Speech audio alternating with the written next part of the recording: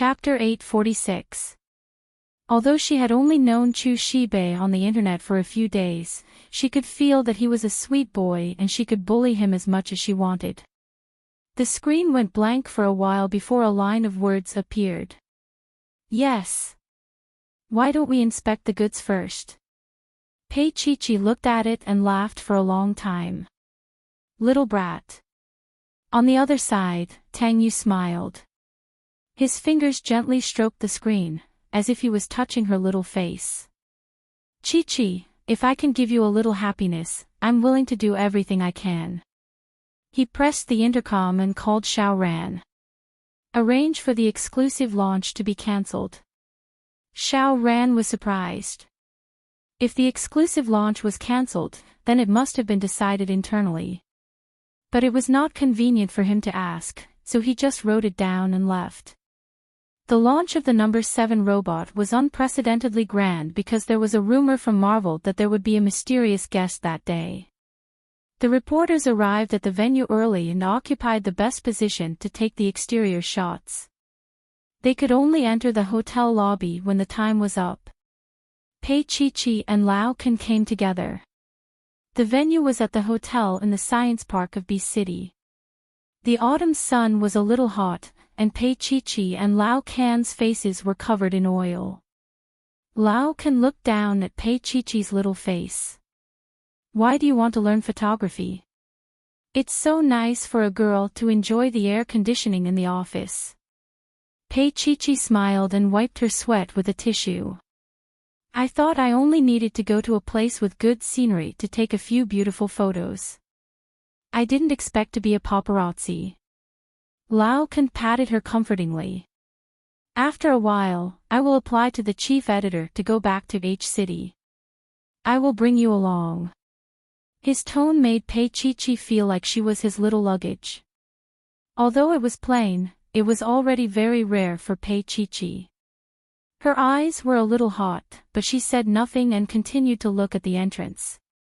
At about 9:30, a few black limousines lined up in front of the hotel entrance. They were all Rolls-Royce Phantoms, and the Golden Goddess stood proudly in the sun. The driver got out of the car and walked to the door of the second car. The door opened and a noble figure got out. Tang Yu calmly buttoned up the first button on his suit. He was already used to being besieged by so many reporters, so he remained calm. Mr. Tang, the new product is so secretive. There's still half an hour before the press conference. Can you reveal it in advance? Mr. Tang, I heard that you personally participated in the creative design this time. Does it have a special meaning for you? Under the flashing lights, Tang Yu was escorted forward by the security guards. He did not answer any of the reporters' questions.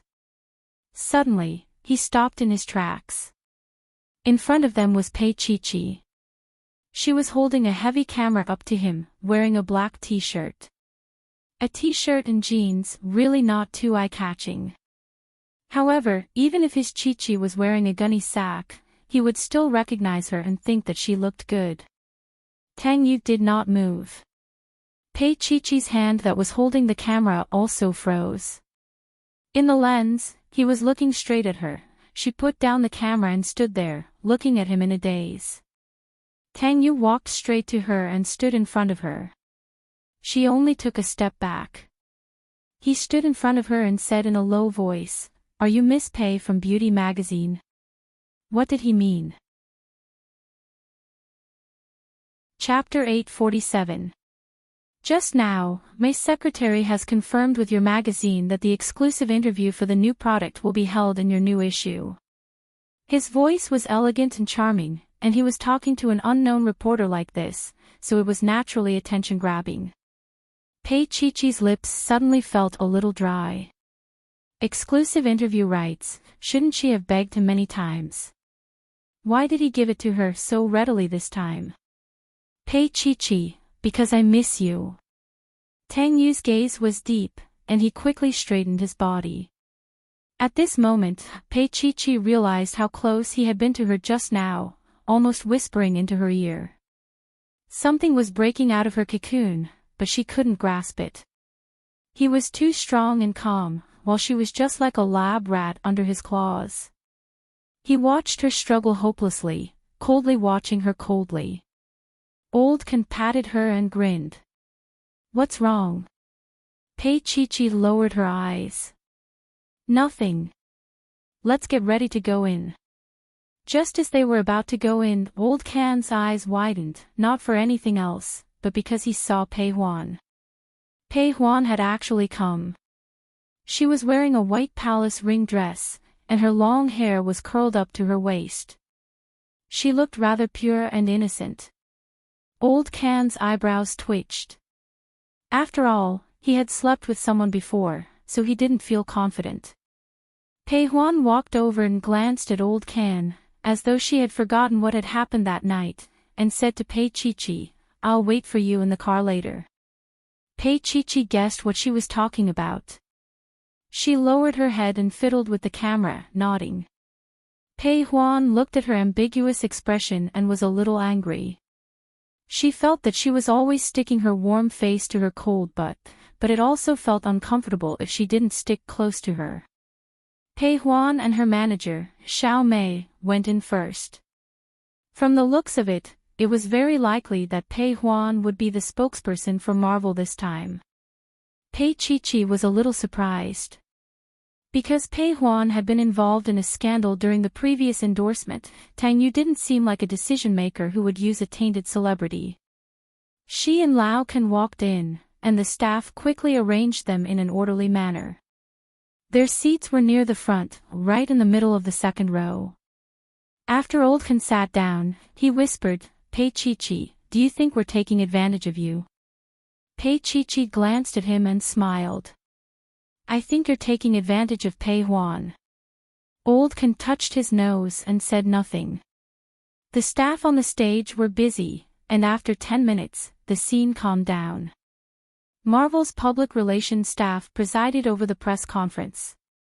After a brief speech, they stepped back and said, "We welcome Mr. Tang Yu, the CEO of Marvel, to open this press conference for us." Tang Yu ascended the stage from the side. He was still calm and elegant. He took the microphone and smiled.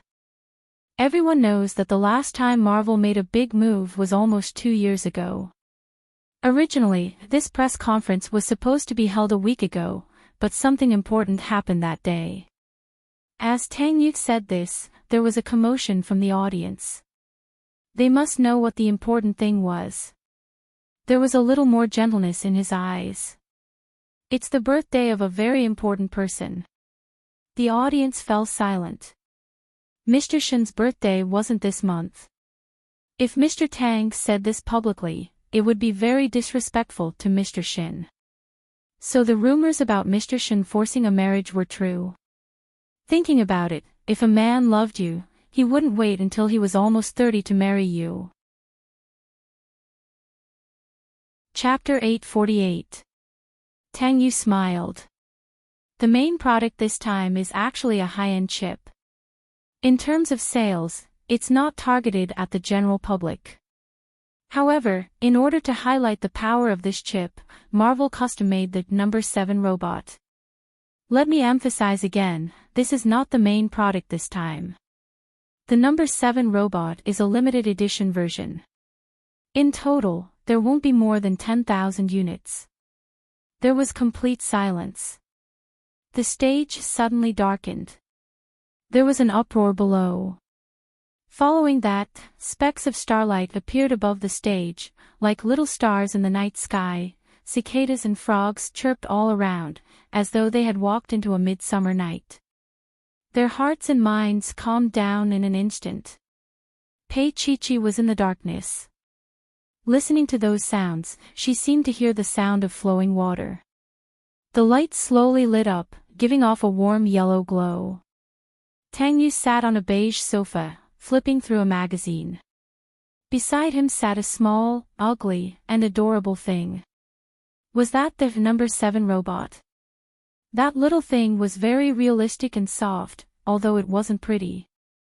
In particular, its expression was very vivid. At first, it sat obediently, but after a while, it seemed to be impatient. Then, it swept to Tang Yu's side, laying its face on his lap and looking up. Big brother. Tang Yu was still holding the magazine. A slender hand stroked the ugly but adorable thing. Little Seven, don't mess around. Little Seven.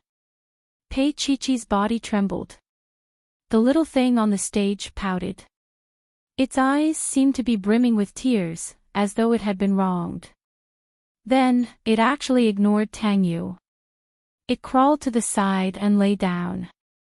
Moreover, it was the kind where its butt was facing the sky. Tang Yu put down the magazine in his hand and glanced at her. He sat down and pressed the ugly but adorable thing on his lap. He patted it lightly. Are you angry? No. Little Seven lay down, its voice muffled. After that, no, there was no after.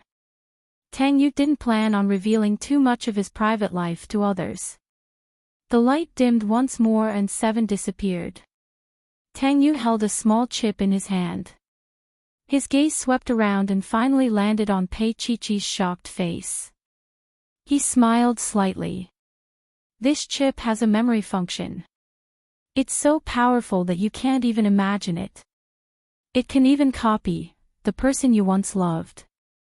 His black eyes were fixated on her little face, and Pei Chi-Chi actually couldn't move an inch. Tang Yu's lips curled into a faint smile. As for robot number 7, it needs to be customized and undergo a strict background check. At this point, the reporters became excited. What they were most concerned about was, Mr. Tang, the price of robot number 7 must be too high, right? In my opinion, it is priceless. Tang Yu was ambiguous and did not want to reveal too much. As for the rest, I will accept an exclusive interview with Jiren. Everyone will know then. There was another uproar at the scene. Pei Huan sat backstage and rolled her eyes. If the public knew that this press conference was just to let Pei Chi-Chi see that Little Seven, and that there wouldn't be any robot for sale, how would they feel? Anyone who ordered robot number 7 would be rejected. What a good hand. Pei Huan bit her fingernails and thought lazily. Chapter 849. The press conference ended in an hour. After people left one after another, Pei Chi-Chi was still sitting there.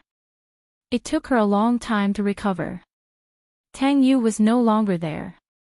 Xiao Ran came over and said, Miss Pei, our president invites you to the reception room upstairs. Pei Chi-Chi looked at old Kansas. Xiao Ran was obviously in a difficult position. Forget it, I'll go by myself.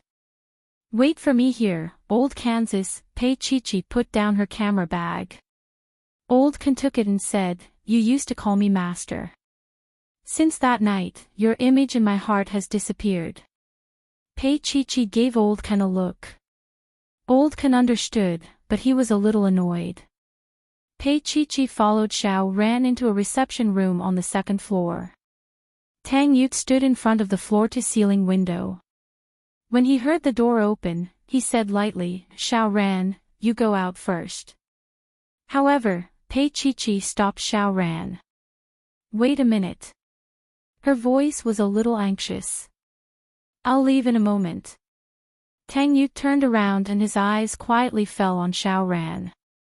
Xiao Ran could only apologize to Pei Chi-Chi. He quickly left and closed the door.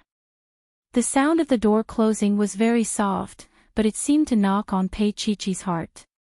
Tang Yu moved his eyes to her little face and said indifferently, Sit. Pei Chi-Chi looked at him for a while before sitting down. Her body was a little stiff. Tang Yu walked over slowly and took off his coat and threw it on the back of the sofa.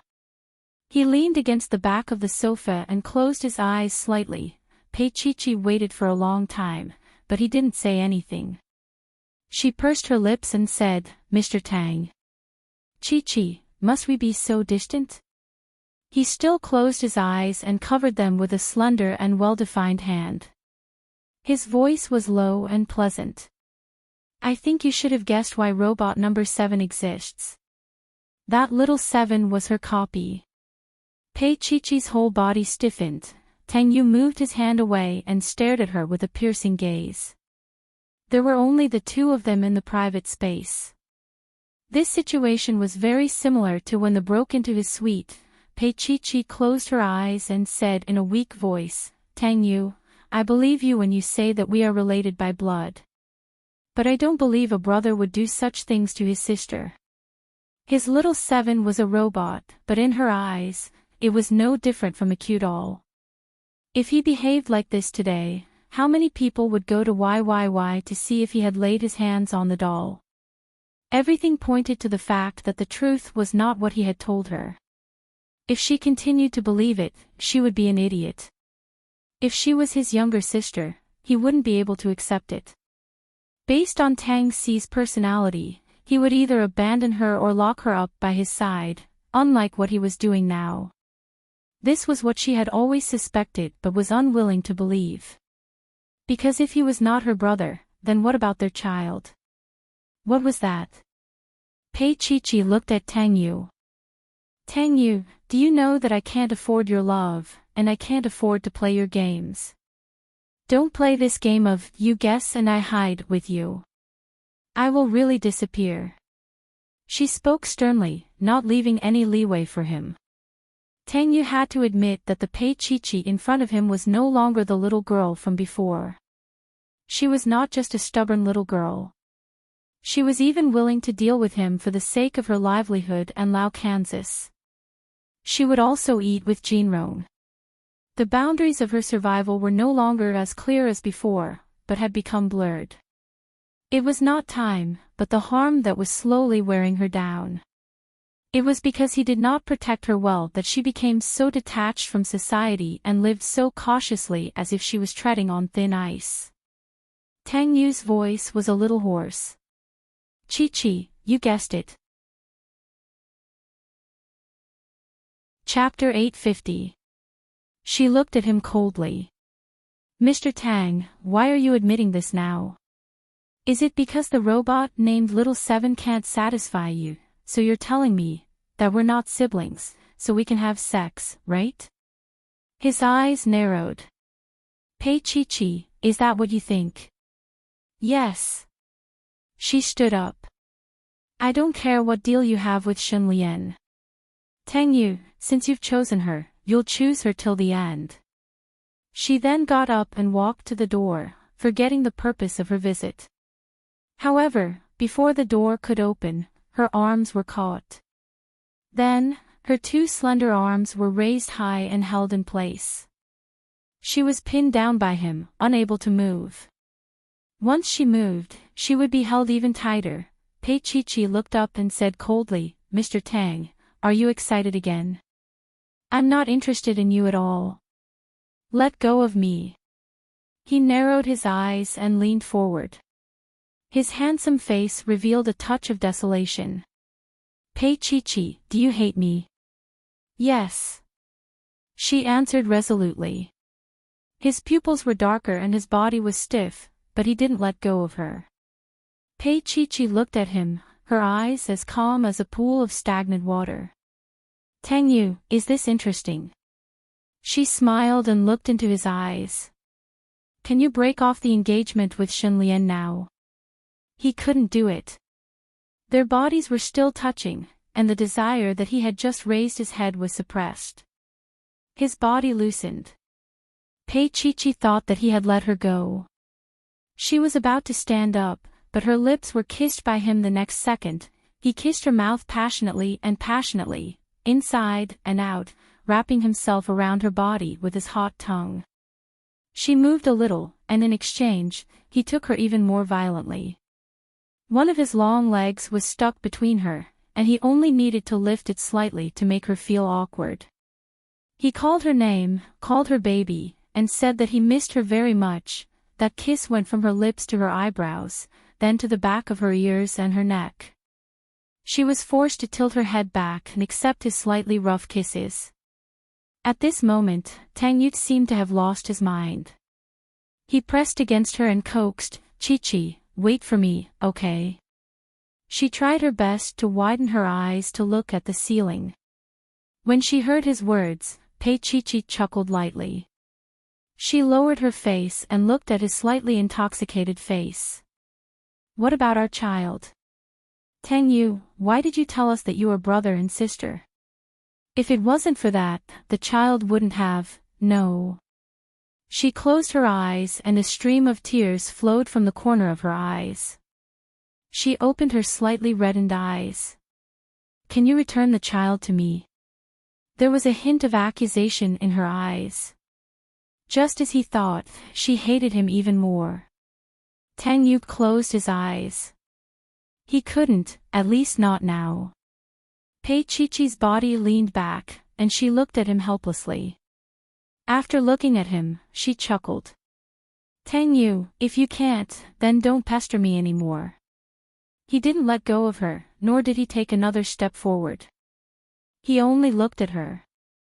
That day, just like now. She cried. When I opened my eyes, I saw a bright light. She looked up, and her voice was very soft and calm. But I knew that the child was gone.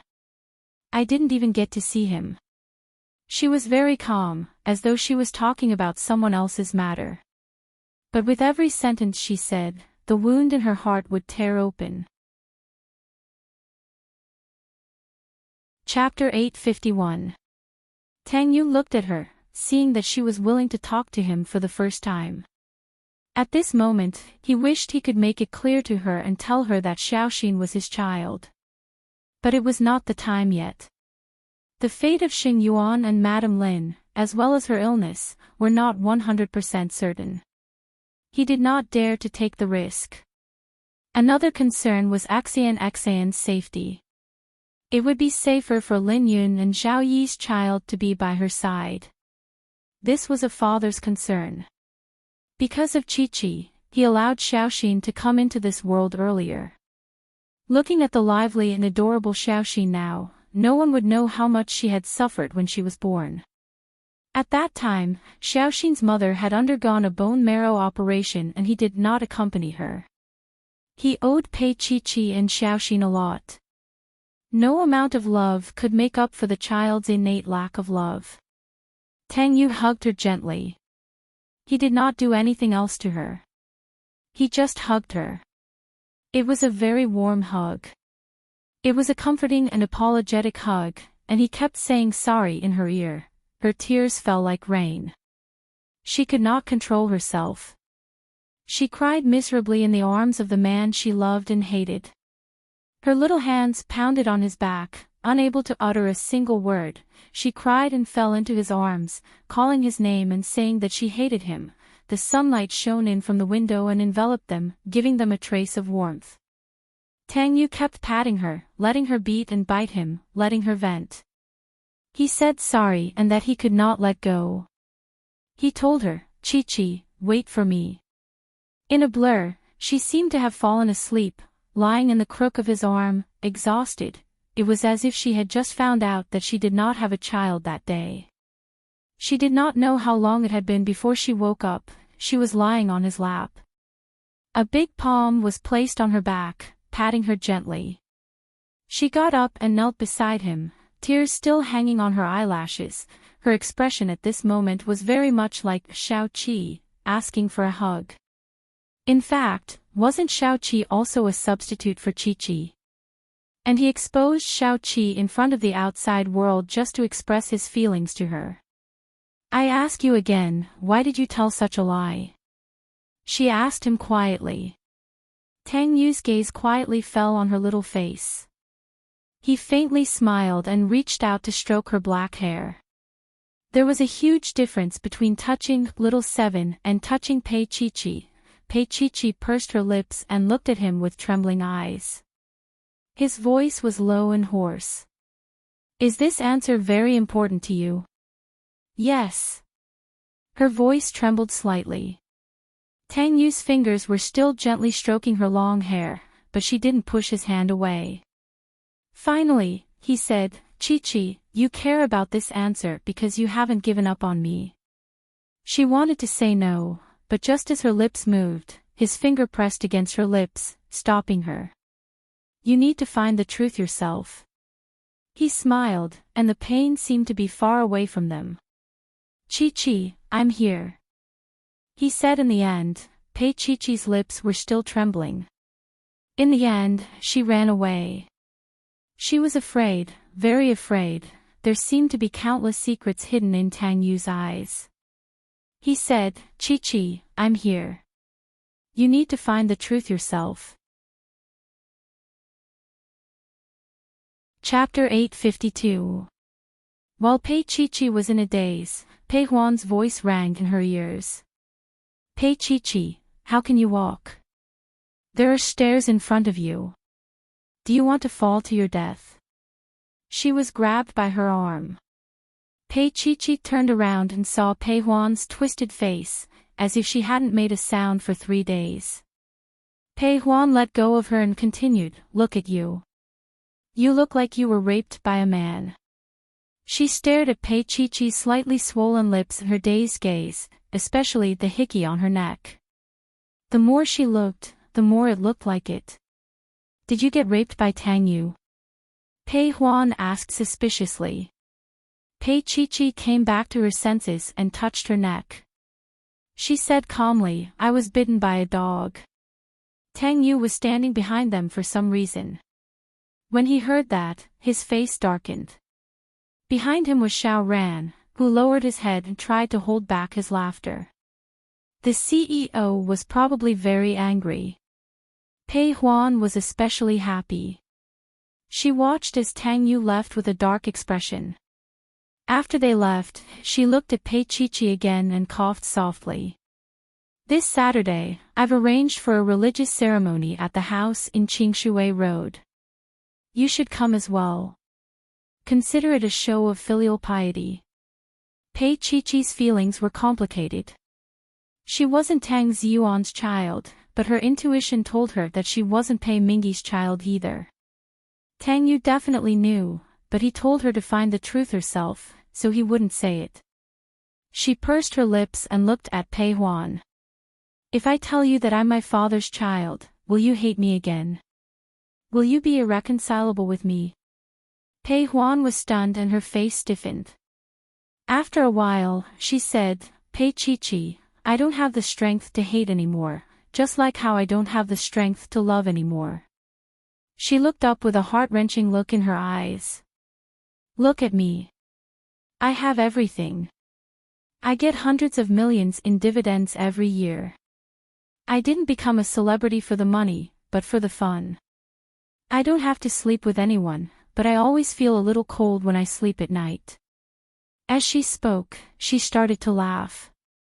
As she laughed, tears welled up in her eyes. Chi-Chi, am I a slut in your eyes? How could I bother you? You used to be the person I hated the most. Without waiting for Chi-Chi to speak, she continued, I know Lin Jinrong wants to be with you. That day in the restaurant, you and him were photographed. Later, it was President Qin who suppressed the news. Do you know why? Because President Qin likes you too.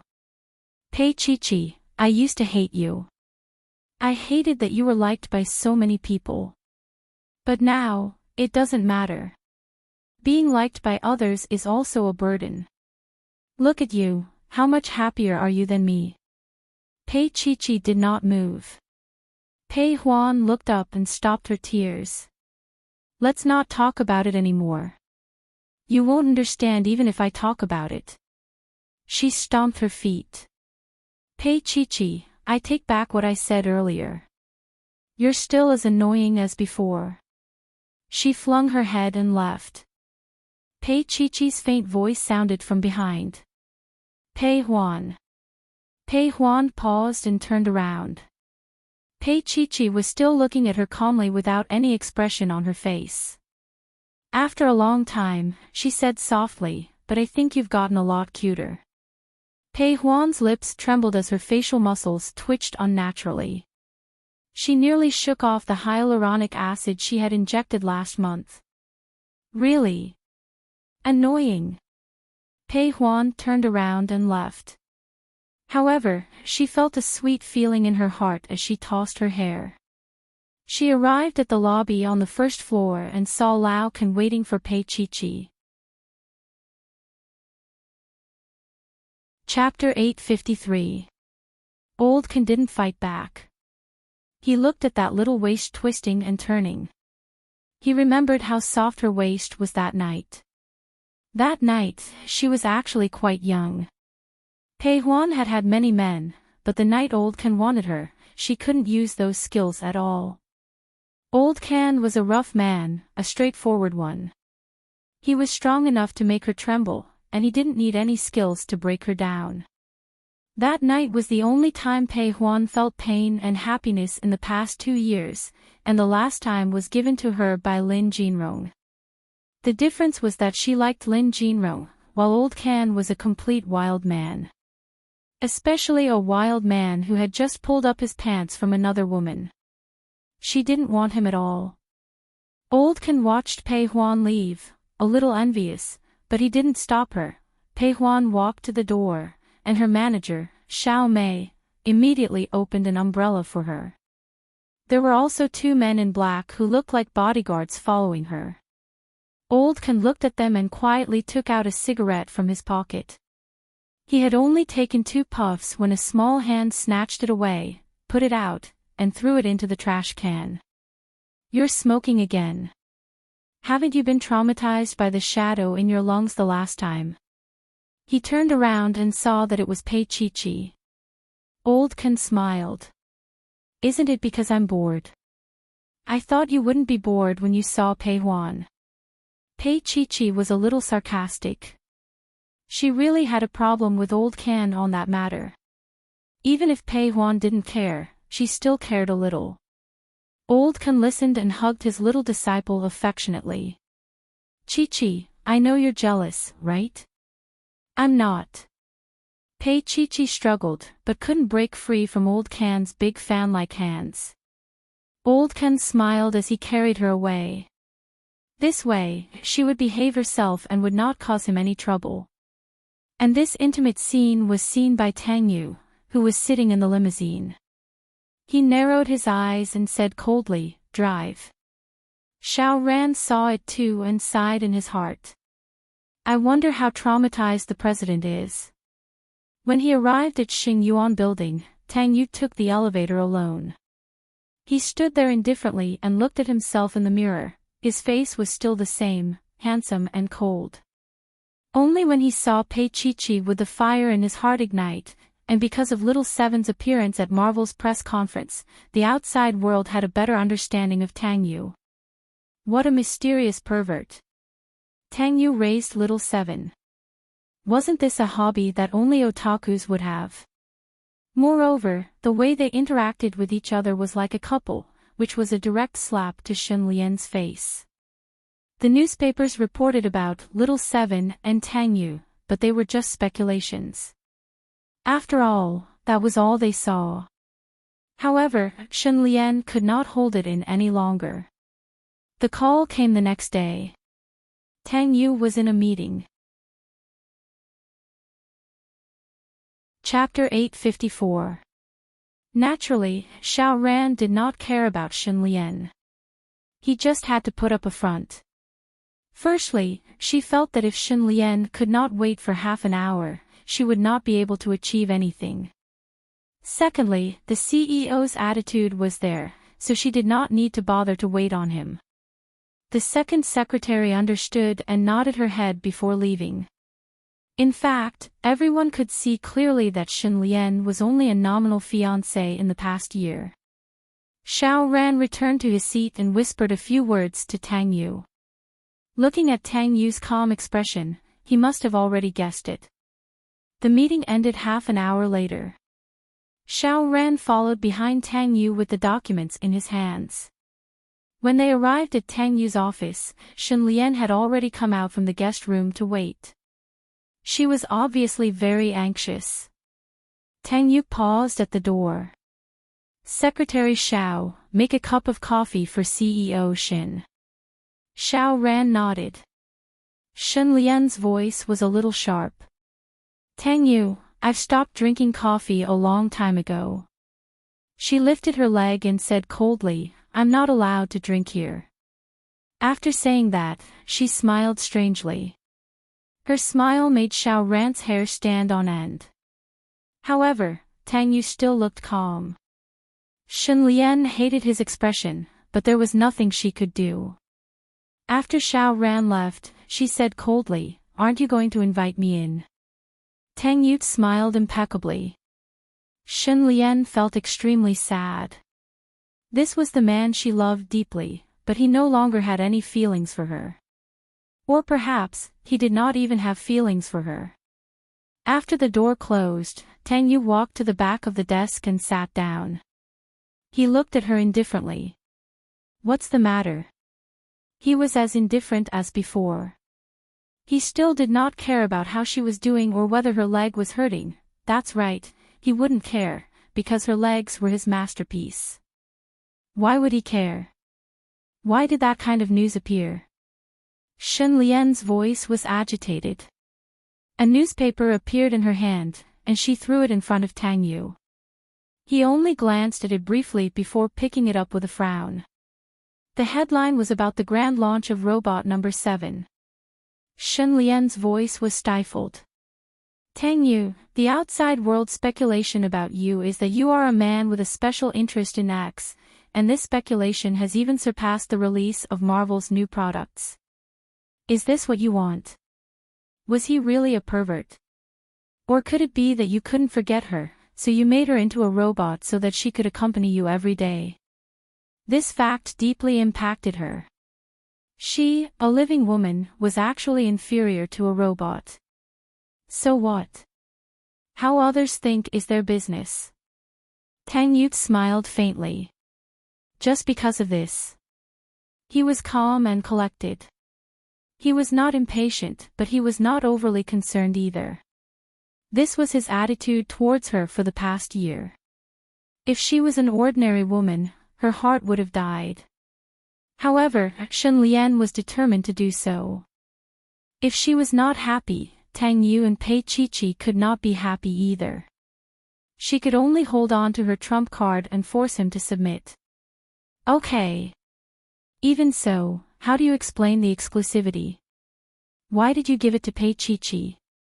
Shen Lian's voice was a little agitated. You clearly know that Jin Taiha's man and Jia Ren are sworn enemies. Tang Yu looked at her quietly.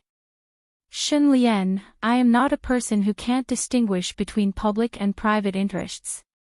I just want to see the results. I am very optimistic about Jia Ren's bi-monthly publication. He did not need to explain anything else to her. Chapter 855. Then what's your bottom line? Tang Yu was still unmoved. Shen Lian's voice suddenly became sharp. Tang Yu, you're stepping on my bottom line now. What do you want? You want to be with her again, right? Think about Xing Yuan's future and her safety. As soon as she finished speaking, her eyes narrowed and she felt a little regretful. When he looked at Tang Yu, his gaze was filled with caution as he took a step back. Tang Yu slowly stood up and walked in front of Shen Lian in 2 steps. He stretched out his long arm and pinched her sharp chin with his fingers. He did not have any protective feelings for the fairer sex. Instead, he used all of his strength and almost crushed Shen Lian's bones. Shen Lian was in pain. She closed her eyes and said in a weak voice, "Let go of me." Tang Yu's face was as pale as snow. Shen Lian, listen up. My bottom line is Pei Chi. He said word by word, if you dare to touch her, I'll make you suffer 100 times worse. She was in pain from his grip, but she could not say a word. She could only stare at him with her eyes wide open. There was fear, sadness, and disbelief in her eyes. At this moment, the door opened. Xiao Ran was holding a cup of coffee in his hand and looked at the 2 people inside in shock. Tang Yu suddenly let go of Shen Lian. She stumbled 2 steps back and covered her chin with her hand. She was still in shock. Just now, she really thought that Tang Yu was going to kill her. Xiao Ran put the coffee on the table professionally. "Mr. Shen, please have a drink." After that, he nodded and left, closing the door. "Tang Yu, did you see that? Because of your attitude, even your secretary looks down on me and brushes me off." Shen Lian sneered. "In the hearts of everyone in Xingyuan, only Pei Chichi deserves to be the CEO's wife, right?" She looked at him coldly. "As long as I, Shen Lian, am around, I want to see how she can come back. Tang Yu, even if she's with you, she won't be the wife of Xingyuan CEO. I swear. Chi-Chi won't care." Tang Yu's voice was indifferent. Shen Lian raised her head. "What about you? Don't you care? You're such a proud and arrogant man, how could you not be attached to power? Think about the Tang and Lin families behind you. Will they allow you to be so willful?" Shen Lian smiled pitifully. She could only threaten him with this. However, a woman could only use this to threaten a man. It was very sad. She felt sorry for herself, but she did not want to admit defeat. Tang Yu took a step back. He looked at her strange smile and felt his heart ache. In the past, Shen Lian was also a girl as beautiful as a lotus. "Shen Lian, let go now. Letting go of me and her is letting go of yourself. Isn't that good?" He said quietly. "She's your sister." "I don't have a sister like that." Shen Lian's voice was agitated. "I only know that I'm the only daughter of the Shen family. Jean Taihe's only heir." She looked at Tang Yu. "You must think that I'm crazy, right?" There was a hint of madness on her face. "Do you think that I don't know what you're thinking? You'll drive me crazy and send me to the mental asylum, then take back the shares in my hands. Dream on, Tang Yu. I've already asked my lawyer to sign a document. If anything happens to me, the things in my hands will take revenge on you in ways that you can't imagine." Shen Lian smiled as she stepped back. "Tang Yu, you can't do anything to me. Even if I die, I'll still be your fiancé." Chapter 856. Shen Lian went downstairs and got into the car. Actually, she could not drive with her legs. Dr. Zhang had warned her many times, but she did not care. She had already died once, so she was not afraid of dying again. The car drove very fast, and the wind hit her face. It was painful, just like how Tang Yu's cold words hit her face. Shen Lian chuckled softly. Her chuckle gave her goosebumps. The red sports car drove to Xingyuan Hospital. Shen Zhongshan's condition had worsened recently, so he was admitted to the hospital again. Shen Lian got out of the car. When she stepped on the ground, she felt a little pain. She tried her best to walk steadily so that others would not notice the problem with her legs. She did not want others to know that she was a cripple. And this was given to her by Tang Yu. How could she not drag him to hell with her? She went straight to Shen Zhongshan's ward. There was no one else in the ward. Shen Zhongshan was sitting on the sofa, watching TV and eating a box of snacks. He spent most of his time eating without restraint. Shen Zhongshan was more than 20 kilograms heavier than before. He was no longer as elegant as he used to be. Instead, he had turned into a slightly slow-witted old man. Shen Lian walked over slowly and squatted in front of Shen Zhongshan. Shen Zhongshan was watching Happy Goat and Grey Taro with great interest. He was eating the snacks as he watched them. His eyes were as pure as a child's. "Dad." Shen Lian squatted in front of him and took the snacks from his hand. She fed him carefully. She fed him with small bites and was especially careful. "Is it delicious?" Shen Zhongshan could not speak. He repeated the two words, delicious. Delicious, Shen Lian's voice was still gentle. Eat more if it's delicious. She fed him faster and faster. Shen Zhongshan was slowly losing his strength. His mouth could not stop moving. He wanted to say something, but he could not. Shen Lian continued to stuff snacks into his mouth. The gentle smile on her face was getting more and more scary. Dad, eat more if you like it. It's rare for me to visit you. I have to feed you more, right? Dad, don't worry. Everything is fine in the company. Without you, Jean Taihe is still spinning, and even better than when you were there. She smiled lightly. Dad, are you especially gratified? Shen Zhongshan could no longer eat. The food was stuck in his throat, and his mouth was full. His face had turned purple, making people worry that he would die from suffocation in the next second. Shen Lian put down the things in her hands and smiled. Dad, why are you so careless? She picked up the water on the side and fed it to him. Dad, drink water. If you die, no matter how high my achievements are, who can appreciate it? Is that so? She poured the entire glass of water into his mouth, and Shen Zhongshan suddenly spat out the food and water. His face turned purple, and he couldn't stop panting. He pointed his finger at her, unable to utter a single word.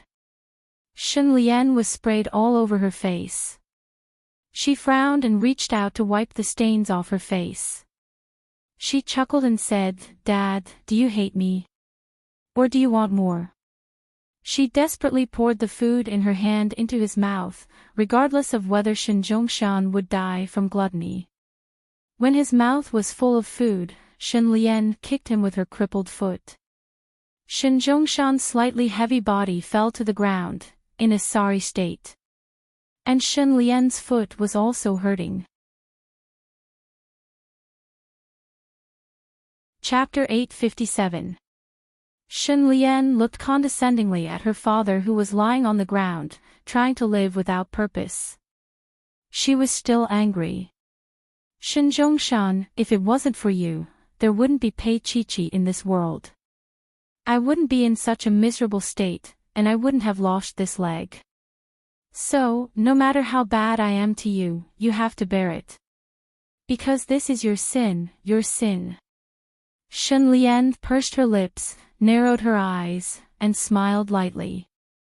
Only in this kind of perverted torture of Shen Zhongshan could she feel a trace of pleasure. Only then could she feel that she was really alive and had obtained everything. Yes, what was she afraid of? She had most of Jean Taihe's shares, and Xing Yuan's 20%, and Pei Qiqi, that poor little girl, had nothing. If she wanted to play her to death, it would be as easy as pinching an ant to death. Shen Lian stood up, ignoring Shen Zhongshan's appearance, and walked out calmly. For more than a year, as long as she was unhappy, she would come over to torture Shen Zhongshan. In the past, she was still worried about Mrs. Shen, but Mrs. Shen did nothing other than scolding her as a beast.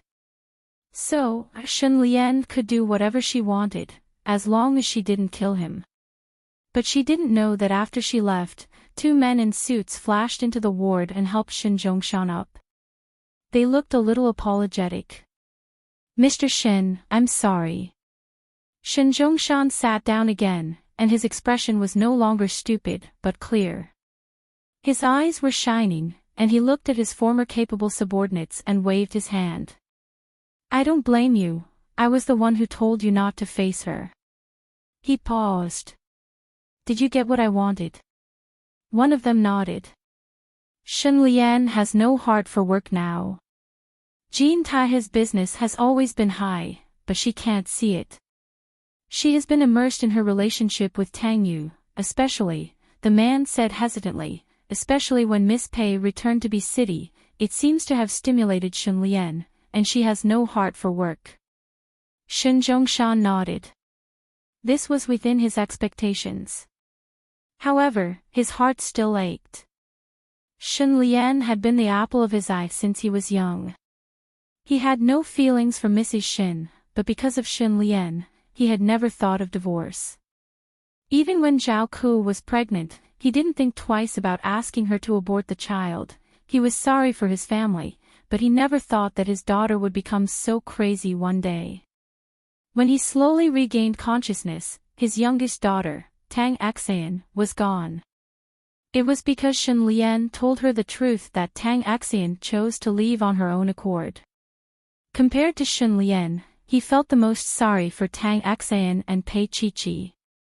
Now that Tang Xian was gone, he could only make it up to Chi.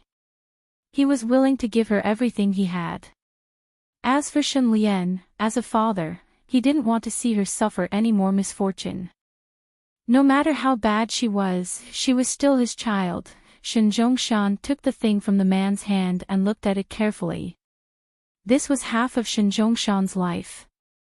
He didn't expect that it would be used to deal with his own daughter. The reason why he did this was to protect her. As for Shen Lian, could she understand his painstaking efforts? After a while, Shen Zhongshan closed his eyes. When he opened them again, his tone was indifferent. Make an appointment with Tang Yu for me. His subordinate nodded. Okay. Shen Zhongshan turned his face away from the window. It was late autumn again, the leaves had all fallen. Some old friends had also left for a long time. 3 days later, Shen Zhongshan and Tang Yu met secretly. This meeting would completely change the situation in B City. Chapter 858. In the CEO's office of King Entertainment, Qin Anlin put down the newspaper in his hand and took a long drag on his cigarette. He held back the curses that were about to come out of his mouth. What a fucking pervert. Did Tang Xi not care about his reputation? Or was he anxious? He looked anxious. He heard that Lin Jinrong's proposal that night was disrupted by Tang Yu. It made sense. If his cousin married an ex-wife, how could Tang Yu stand it? However, Qin Anlin was not so naive to think that Tang Yu was only doing it for a confession. He was obviously supporting Marvel. Sometimes, rumors were the best publicity. He looked at Tang Yu's actions. He seemed to be leaning towards the Lin group. Behind all this, it was not that simple. It was more or less related to Shen Lian. Perhaps it was also the key reason why Tang Yu was controlled by Shen Lian. As he was thinking, there was a knock on the door. Qin Anlin looked up. Come in. His assistant brought Pei Huan in. After they arrived, the assistant left first. Qin Anlin glanced at Pei Huan and said calmly, sit. Pei Huan looked down on Qin Anlin. She had done it with him once and was praised a little. Later, she did it herself. In the past 2 years, she had relied on her own resources to get back on her feet. It had nothing to do with Qin Anlin. Right now, Big Sis didn't lack money, so she didn't care much about Chairman Qin and was cold and indifferent to him. Pei Huan sat down and stretched her fingers. She admired her exquisite nails and blew at them. Why is President Qin looking for me? Qin Anlin frowned. He did not argue with her. I heard that you have made up with Pei Chi. In the past, Pei Huan and Pei Chi did not interact with each other. Now, she did not know that they had made up. Pei Huan's eyes widened. After a while, he returned to his lazy look. Where did President Qin hear this from? Pei Chi and I, how is that possible? Qin Anlin looked at Pei Huan and smiled. So stubborn. Pei Huan still wanted to say something, but Qin Anlin unexpectedly said, if there's nothing else, let's go out first. As he spoke, he lowered his head to look at the document. Pei Huan stared at him for a long time. Qin Anlin looked up. Aren't you going out yet? Pei Huan felt that Qin Anlin seemed to have changed. He seemed to have become more respectful towards women. In the past, in his company, women were equivalent to toys and merchandise, was his change because of Pei Chi-Chi. And his courteous attitude towards her was also because of Pei Chi-Chi. Pei Huan hesitated for a moment before saying, "The day after tomorrow, I will be holding a religious ceremony at Qingshui Road. Pei Chi-Chi will be there too." Qin Anlin lit up a cigarette. "Why did you think of helping me? I thought you would hate me." After all, he had slept with Pei Huan in such a despicable way. However, Qin Anlin had long forgotten the process. But Pei Huan probably would not forget. Pei Huan snorted. "I'll just take it that I was bitten by a dog." She paused for a moment. Her eyes were a little misty. "Maybe I think it's better for you to be with Pei Chi-Chi." She flipped her hair. "Just take it that I don't want her to be with Lin Jinrong." With that, Pei Huan walked out, and Qin Anlin chuckled. Actually, Pei Huan cared about Pei Chi-Chi in her heart, but she pretended to be indifferent on the surface. Chapter 859. Xiao Mei had been in charge of a few popular artists and was used to seeing big waves. She looked at Pei Huan's current state. It was not impossible for her to become more popular, but this girl had no ambition. She seemed to be playing around and did not care about being popular. That was good too. If you wanted to be popular in the entertainment industry, you had to pay the price. Actually, on the surface, many people were suffering from depression and were struggling to hold on. Pei Huan's current state was good too. Xiao Mei had been with her for a long time and could guess her thoughts. She had also heard of President Qin's thoughts. President Qin liked Pei Chi-Chi. So be it. Xiao Mei smiled. "As long as you're happy." Pei Huan stretched her arms. "Yes, as long as you're happy." She did not lack anything now, but she felt that Pei Chi-Chi was more miserable. She had once loved Jinrong deeply, and when Jinrong became a vegetable, she did not hesitate to abort the child. Pei Huan thought that the one she loved the most was herself. But Pei Chi-Chi was different. She had been loved by Tang Yu, but when she was about to die, her child was gone, her husband became someone else's fiancé, and her company was gone too. Pei Huan felt that she was too kind to sympathize with Pei Chi-Chi. On Saturday, Pei Chi-Chi got up early to tidy up and called Old Can for breakfast. Old Can was not fully awake yet, but he could eat breakfast with his eyes closed. After eating, he touched his stomach in satisfaction. "Where are you going later? You're up so early." Seeing that he was not fully awake, Pei Chi-Chi wanted to tease him. She leaned over and said softly, "I'm going to meet Pei Huan later. Can you send me there?" Old Can woke up immediately and glared at her. Then, he threw his wallet to her from his pocket. "Take a taxi, or buy a car."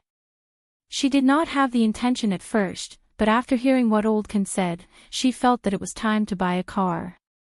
"How about an Audi Q3? It's suitable for girls. White is fine."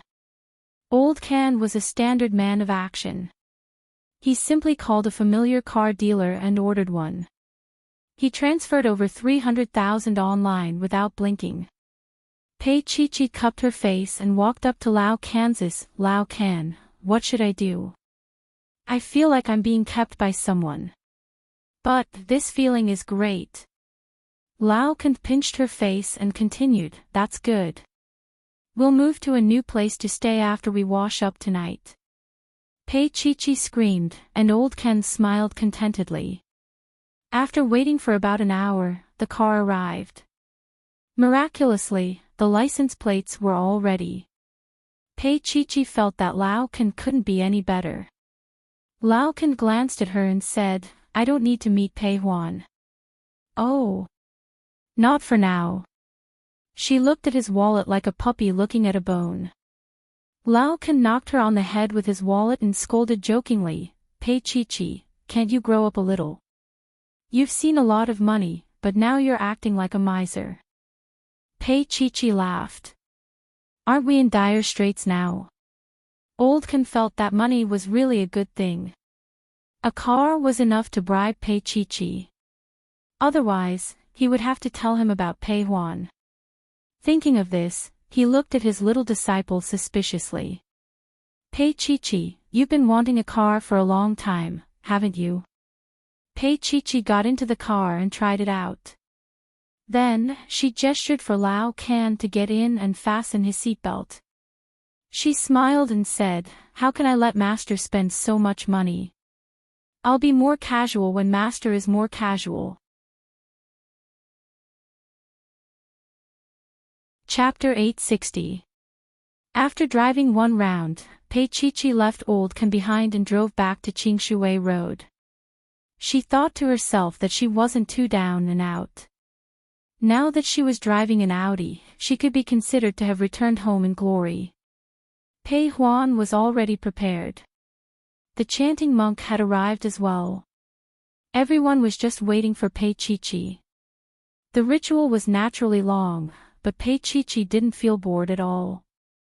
She knelt and prayed for Pei Mingi.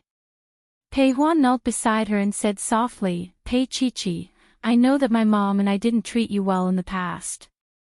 I snatched Jinrong away and my mom even wanted to sell you to Mr. Zhong. Later on, Zhao Ku ordered her to do all those things." Pei Chi didn't say anything and listened quietly. She already knew what Pei Huan would say to her. The fact that she could walk back to the house in Qingshui Road meant that she was forgiven. The pain and the past haunted her like a demon. But after losing her child, the pain was too distant. Pei Huan's voice was still soft. "My mom was punished too. And I even seduced Tang Yu before, but I didn't succeed. Now, you can see it for yourself. It's just nice on the surface." Pei Huan stood up and so did Pei Chi. Looking around, this was the place where they grew up together. They didn't have any good memories together. All they had was Pei Huan's knees and Pei Chi being scolded by Zhou Meilin. They were never good sisters. Later on, they became sworn enemies and couldn't wait to kill each other until Tang Yu saved Pei Huan. At that time, Pei Huan felt that there was actually someone in this world who cared about her. And that person turned out to be the most unlikely person, Pei Chi. Pei Huan looked at Pei Chi with a fervent gaze. "Pei Chi, I'm tired. I don't want to fight anymore. I'm not as strong as you. You can digest everything and carry everything on your own. I can't." Her eyes were filled with desire. She yearned for Pei Chi to hug her. She was a good-for-nothing. She accepted it. She just shrugged her shoulders. She longed for love, but no man was willing to give it to her. Those who came and went were all men who coveted her body or her money. Pei Huan was young and beautiful. She would not be as foolish as Zhou Meilin, who would cheat her of everything just because of Rong Lei. She looked straight at Pei Chi and pursed her beautiful lips. Pei Chi didn't speak for a long time, so Pei Huan said, "It's fine if you don't want to. Pei Chi, I don't have to be your sister. I'm telling you, I won't beg you again." Pei Chi looked at her and said slowly, "Pei Huan, I remember that you are clearly a few days older than me." She was still shameless enough to want to be a younger sister. Pei Huan was stunned for a moment, then she became wild with joy. "It's not bad to be an elder sister, but Pei Chi, you have to give in to me. Because my IQ is lower than yours." Pei Chi's face darkened. How did Zhou Meilin give birth to such a shameless girl? She snorted coldly. "Didn't you say that you wouldn't beg me just now? You told me not to do this." Pei Huan wanted to put on airs, but she shrugged and said softly, "I'm not begging. I'm begging." There was a huge difference. Seeing that the ritual was over, Pei Chi picked up her car keys and was about to leave. Pei Huan stopped her and said weakly, "I'm the one begging. I'm the one begging. Pei Chi smiled. You're quite obedient. Pei Huan followed behind her like a follower. This was a new understanding of Pei Chi. Chapter 861. Pei Huan saw that the car was not bad and insisted on driving it. Pei Chi sat by the side and made a phone call. It was Old Kansas. They were discussing the car's situation over the phone. After the call, Pei Chi put away her phone. Pei Huan looked at the road and asked casually, "Who's on the other end?" Pei Chi did not know if it was an illusion, but she felt that Pei Huan cared about Old Ken very much. She did not really care about age. Old Ken was a good person, but Su Mo was in the middle. If Pei Huan insisted on being with Old Ken, would she repeat Shen Lian's tragedy? She thought about it and smiled. It's Old Ken. The car is his. Right after she said that, there was a violent tremor in front of them. Pei Huan drove the car onto the green belt and white smoke rose from the front of the car. Pei Chi felt dizzy and immediately unbuckled her seatbelt and got out of the car. She opened the hood of the car and white smoke came out.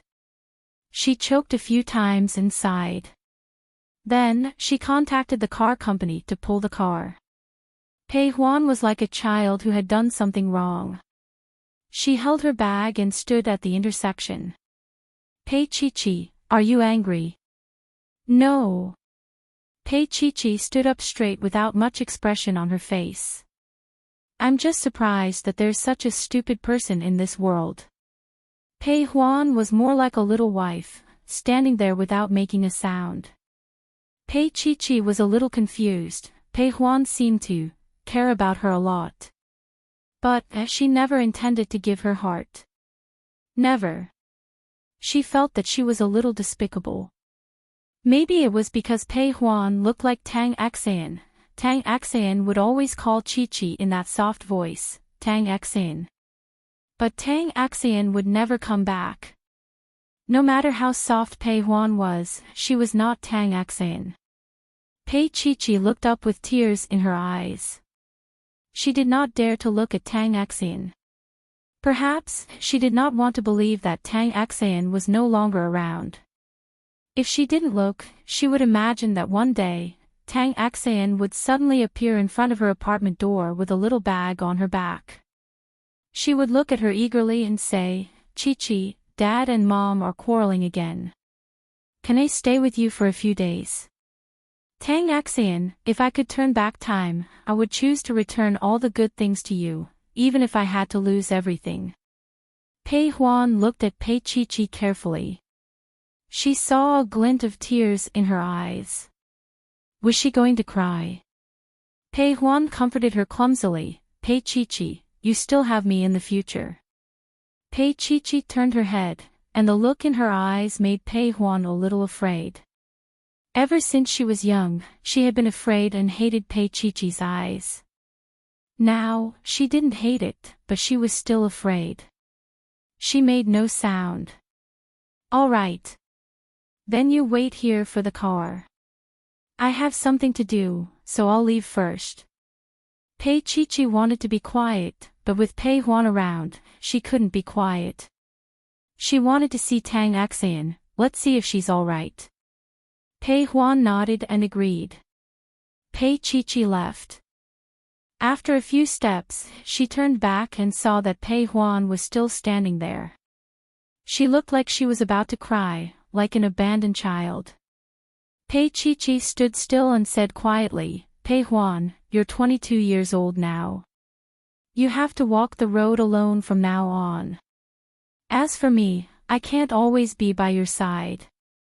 If my heart is empty, how can I always be by your side? Pei Huan took a deep breath and resisted the urge to cry. Actually, she knew that Chi had not forgiven her. But she was willing to wait. Pei Chi bought a bouquet of daisies and went to visit Tang Xan.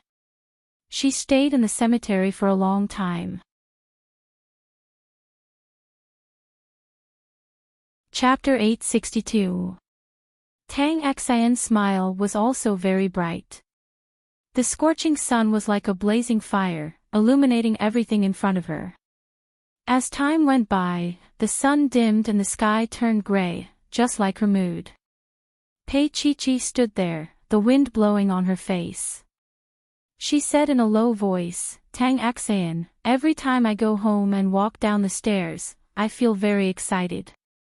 I always feel that you might be waiting for me at the door." That was why she didn't want to come over and face the reality. But no matter how unwilling she was, Tang Xian was no longer there. She closed her eyes, not daring to imagine what Tang Xian was like before she left.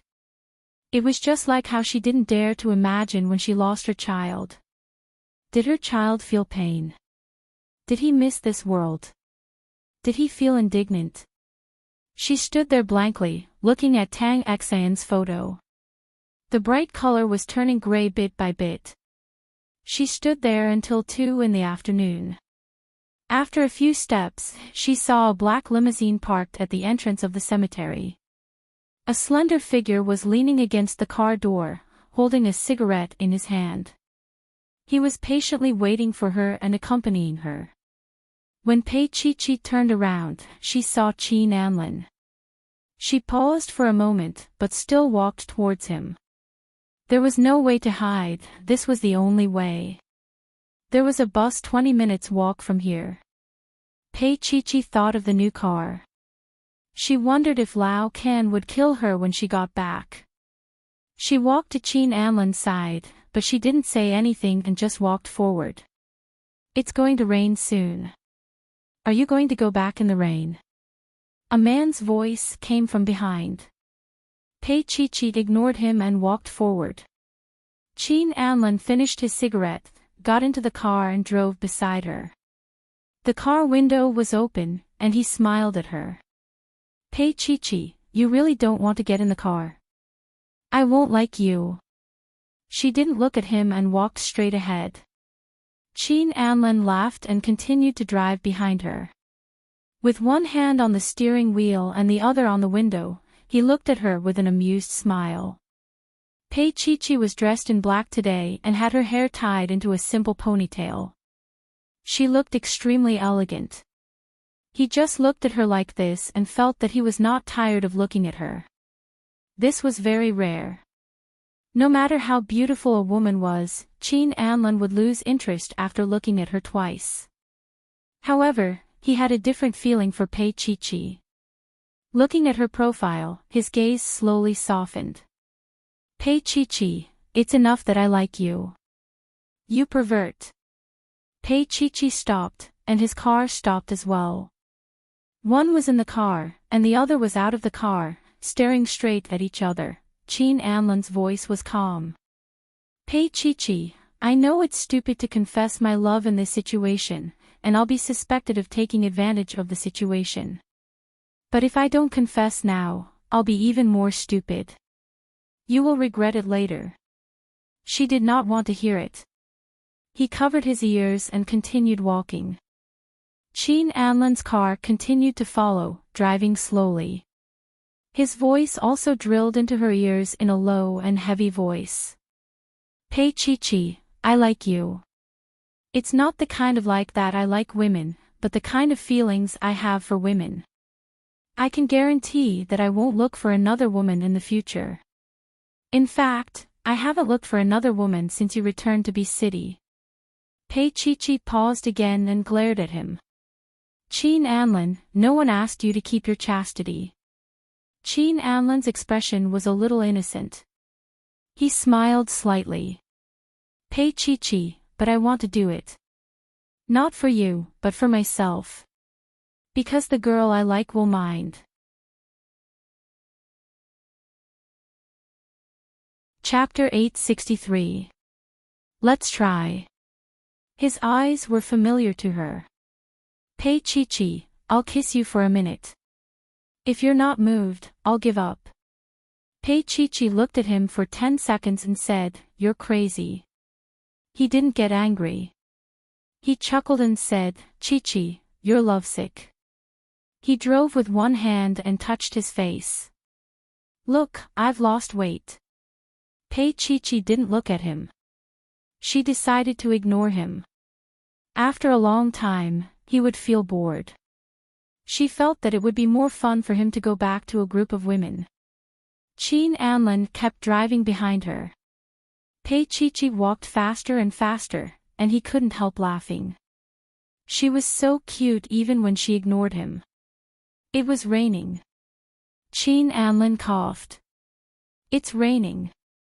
Are you sure you don't want to get in the car? I'm not going.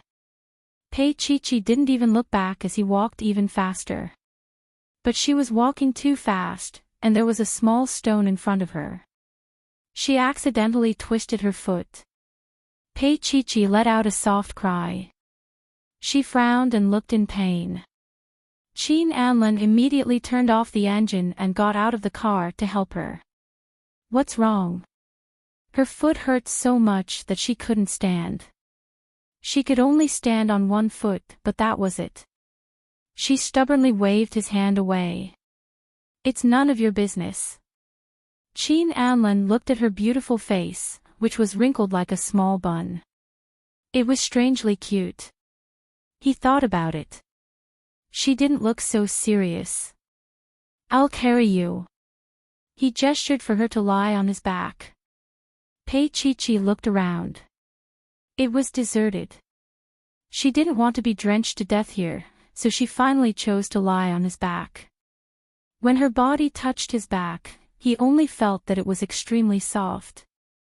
It was like a newborn bird, like a warm cloud brushing his heart. Her face was not too close to his neck, and her breath was faintly discernible. But this magnified his perception even more. He put his hand on her calf, which was quite gentlemanly. Qin Anlin walked to the car, held her with one hand, took out the car key with the other, put his wallet in his pocket, and then locked the door. Qin Anlin, what are you doing? Pei Chi was stunned by his series of actions. She kicked her legs around and accidentally kicked the injured leg, causing her to cry out in pain. Qin Anlin carried her and patted her leg.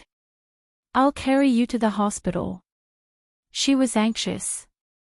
Don't you have a car? Didn't you say you didn't want to get on the carriage? Qin Anlin chuckled. He had never felt so gentle in his heart before. All for Pei Chi. Pei Chi was so anxious that she used her uninjured leg to kick him, but to Qin Anlin, it didn't hurt at all. Pei Chi bit her lip and gave in. Qin Anlin, it's raining now. He patted her again. Don't move, or I'll probably have to hold your butt. He thought for a moment and opened the trunk. He took out an umbrella and stuffed it in her hand. Hold it. Pei Chi almost exploded. It was a half-hour drive from here to the city. How long would it take for him to carry her like this?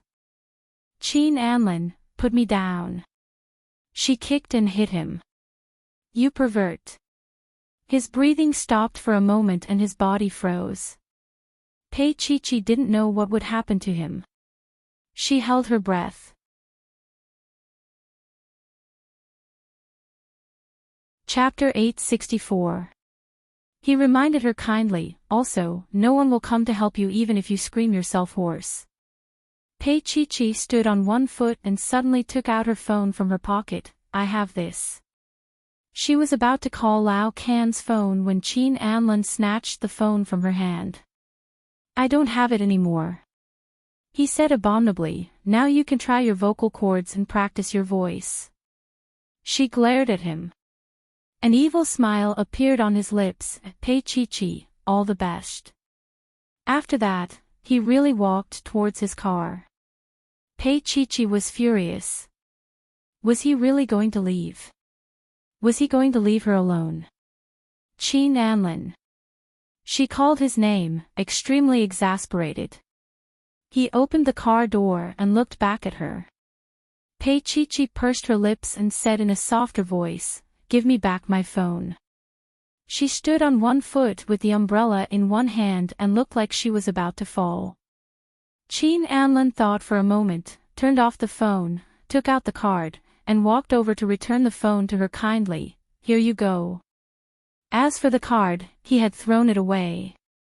If she could move her mouth now, she would have bitten him to death first. Qin Anlin looked at her fierce eyes, smiled, and waved his hand. "Goodbye, Pei Chi-Chi." He walked back to the car, opened the door, got in, and started the car smoothly. She watched helplessly as he drove the car away. She stared blankly. "Qin Anlin, you bastard." Finally, Pei Chi-Chi lost her temper. She kicked her injured foot and fell again. This time, she was covered in mud and the umbrella fell to the side. She looked very embarrassed. She sat there angrily, hugging her knees and pursing her lips tightly. The rain fell on her face. It was cold, but not cold. Instead, it was a little cool, which was just right to put out the fire. The car stopped in front of her and Qin Anlin put his elbow on the window. "Pei Chi-Chi, do you want to sit in the mud or do you want me to carry you to the hospital?" One couldn't eat one's pride. Pei Chi-Chi only hesitated for 2 seconds before she pursed her lips. "Let's go to the hospital." Qin Anlin's heart was softened like never before.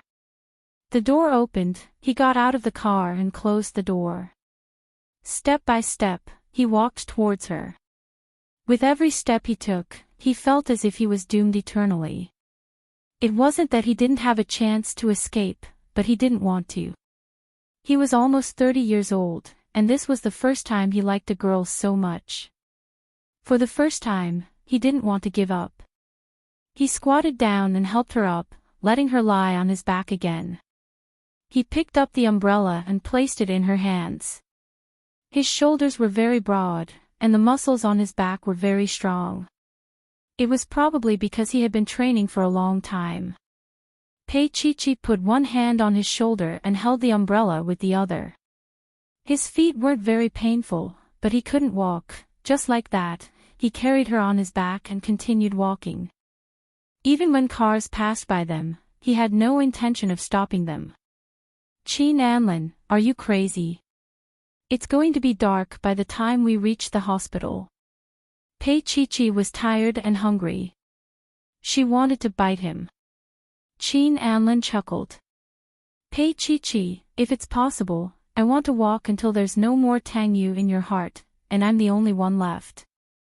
"You're crazy." Pei Chi-Chi was so angry that she really bit him on his shoulder. She bit him like a little puppy, lying on his back for a long time without moving. She bit him so hard that the muscles on Qin Anlin's back tightened. Chapter 865. She relaxed and pursed her lips without saying a word. Later, she simply ignored him. If he wanted to carry her, let him. Anyway, she couldn't live without a piece of flesh. However, Tang Yu would have one less piece of flesh to worry about. Qin Anlin carried Pei Chi-Chi on his back for the whole afternoon. The paparazzi in City B were not to be trifled with. They took photos early and prepared to see him on Monday. Moreover, Qin Anlin went to Xingyuan Hospital out of all the hospitals. Pei Chi-Chi knew his intention, but she remained silent. He always carried her behind his back when he went for the registration, payment, diagnosis, and X-ray. The doctors and nurses who didn't know him would think that they were a couple. Those who knew him would look at him meaningfully. If Mr. Tang saw it, how painful it would be. After the examination, Pei Chi-Chi only had a sprain. Although it was not a serious problem, she was still prescribed a lot of medicine. Pei Chi-Chi looked bitter. "It's better to stay in the hospital for a few days," the attending doctor suggested. He knew Pei Chi-Chi, Mr. Tang's ex-wife. He was very smart. If she didn't stay in the hospital, she would have to go back. And she would be taken away by President Qin. Pei Chi-Chi looked at the hospitalization form written by the doctor. Her eyes were a little dazed. "I don't need to stay in the hospital, right?" The doctor didn't look up. You will have difficulty moving for a week. It's better not to walk. If there is someone at home to take care of you, then you don't need to. If not, it's better to stay in the hospital. There won't be any accidents. Pei Chi thought of Lao Kansas. Lao Kan was outside all day and might not have time to take care of her. She thought about it and gave up. Stay in the hospital. Pei Chi glanced at it and then coughed. I want to stay in the VIP ward, the best one. The doctor looked up and Qin Anlin smiled. Pei Chi, do you have money with you? Of course you do. You made me fall. Shouldn't you be responsible? Pei Chi said matter-of-factly. The smile on Qin Anlin's face deepened. Yes, I should indeed take responsibility. He paused. Don't worry, Pei Chi. I'll take care of it. She looked up at him, feeling that his words were a little strange. Pei Chi couldn't walk on her feet. In the end, Qin Anlin found a wheelchair and pushed her to the VIP ward on the top floor. Each ward here was a zone. Of course, the price was not cheap. It was about 100,000 yuan a week. Pei Chi did not care about money. Anyway, Qin Anlin was rich. Qin Anlin settled her down, and the two nurses took good care of her. It seemed like there was no need for him to stay. Just then, Pei Chi's stomach growled a few times. Qin Anlin's eyes became a little deep. I'll have someone send food over. She had just said no, but he had already called the servants at home to send the dishes over. Moreover, they were all dishes that were high in calcium and nourishing. Looking at her expression, Qin Anlin put away his phone and said gently, Pei Chi, don't feel burdened. Didn't you say that you fell because of me? I should be responsible, right? He paused. Rest well. I'll have someone send 3 meals a day. If you need to go to the bathroom, ask the nurses to help you. Pei Chi did not say anything. Suddenly, there was something in his hand. She looked at it and saw that it was her SIM card. She was a little surprised. Didn't he throw it away? I lied to you. Qin Anlin's eyes fell on her little face. After a long time, he smiled gently and did not say anything. He helped her put the card directly. Call me if you need anything.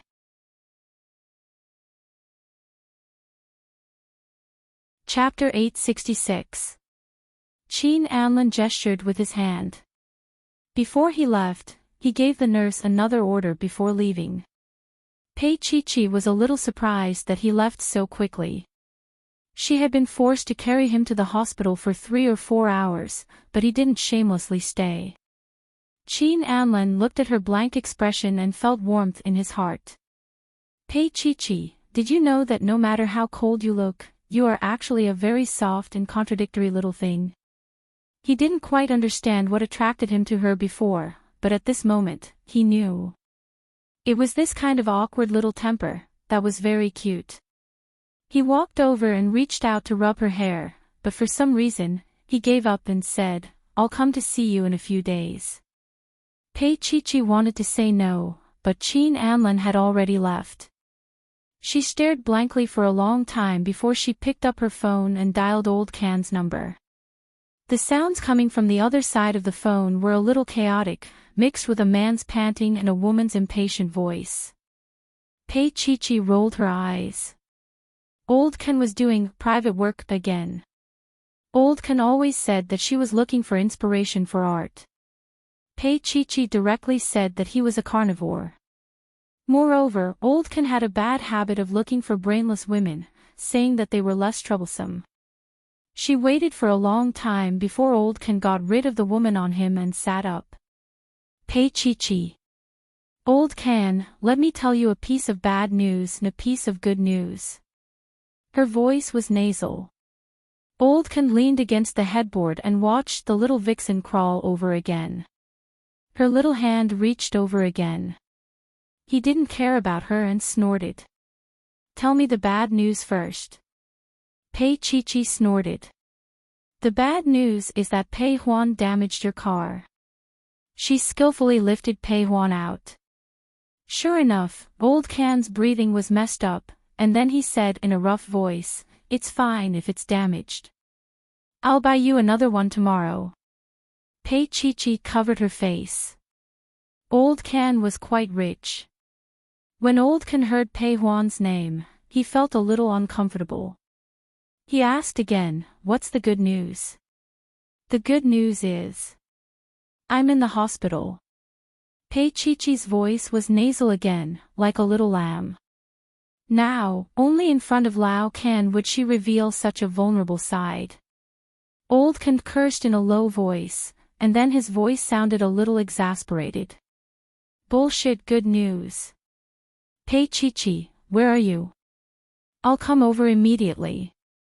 Therefore, Pei Chi told him in a soft voice that it was just a minor injury. She only needed him to go back and bring her some clean clothes.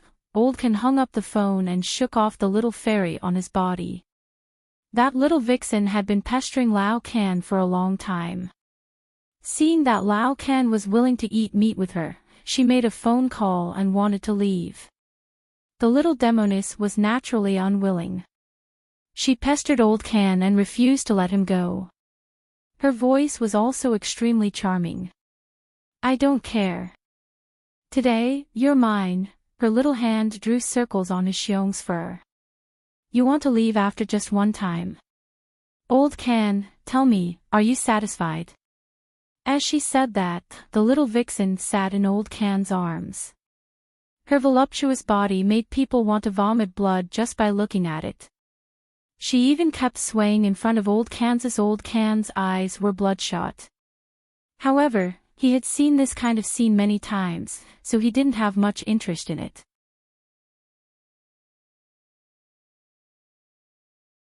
Chapter 867. Old Can jumped out of bed, pulled up his pants, zipped up his pants, and left. That little vixen was cursing behind him, but Old Can had already closed the door. Old Can rode his heavy motorcycle back to the apartment first and swiped his card to open Pei Chi's. She had his apartment card, and he had hers. They were master and disciple, but they lived like brother and sister. They had never said it out loud, but they had such feelings for each other. Old Can's big hand was holding Pei Chi's underwear, and it didn't look out of place at all. He stuffed it into a paper bag and rode his bike to the hospital. When he reached the top floor and saw the ward, Old Can coughed softly. "This ward is more luxurious than my apartment." Pei Chi was sitting with one leg hanging over the wall, and there was a bowl of tonic soup on the small table in front of her. She drank it contentedly and said in a muffled voice, "I faked an accident today." Old Can put the paper bag on the head of the bed and sat down. He wanted to smoke, but put it down again. It must be a rich man. Pei Chi didn't hide it from him. She said, "It's Qin Anlin." Old Can was a photographer and could be considered a member of the entertainment industry. Towards Qin Anlin, the deepest impression he had was, Su Mo was also one of Qin Anlin's women. Of course, Su Mo was 10 years older than Qin Anlin, but Su Mo had still been cheated on by him. Qin Anlin naturally wouldn't trust an old woman like Su Mo. He slept with her a few times and gave her some resources. But in Old Can's heart, this was a hurdle that he couldn't get over. His gaze was a little complicated. "That guy is pestering you." Pei Chi put down the soup spoon in her hand. "It'll be fine after this period of time. Old Can, I won't be with him." In the future, she wouldn't be with anyone for any reason. In the future, Pei Chi wouldn't live for others, but for herself. If one day she wanted to fall in love and get married, it would definitely be for love. Old Can let out a long breath and didn't say anything. Pei Chi looked at his expression and guessed what was going on. She had heard about Su Mo and Qin Anlin from Amy. Of course, it wasn't directed at Lao, Kansas. Not many people knew about Lao Can and Su Mo. She didn't know how to comfort Lao Kansas. She only told him because she didn't want to hide it from him. She cared about Lao Can and his feelings. She didn't want to hurt Lao Can's heart because of her. Old Can was a smart man. Pei Chi-Chi's reaction clearly showed that she knew something. However, they didn't point it out. Some things were better left unsaid. Lao Can stayed with her until 10 o'clock in the evening. He only left when Pei Chi-Chi was about to sleep. Fortunately, there were 2 nurses on duty, so he was not worried. He had work to do the next day, so he could only come in the afternoon. As soon as she arrived, she heard Pei Huan's soft voice, like a little lamb, persuading Pei Chi-Chi to drink more. She said that the soup was made with love, which she had brewed for 3 hours. Old Can's fan-sized palm was pressed against the door, and he had an indescribable expression on his face. Pei Huan was unhappy and snorted. "Why do you look like you've seen a ghost when you see me? Am I that scary?" Old Can looked like he had eaten shit. He walked in slowly and placed a bag of fruits on the table. He looked at the soup in Pei Chi-Chi's hand and took the spoon from Pei Chi-Chi's hand. He took a sip and frowned.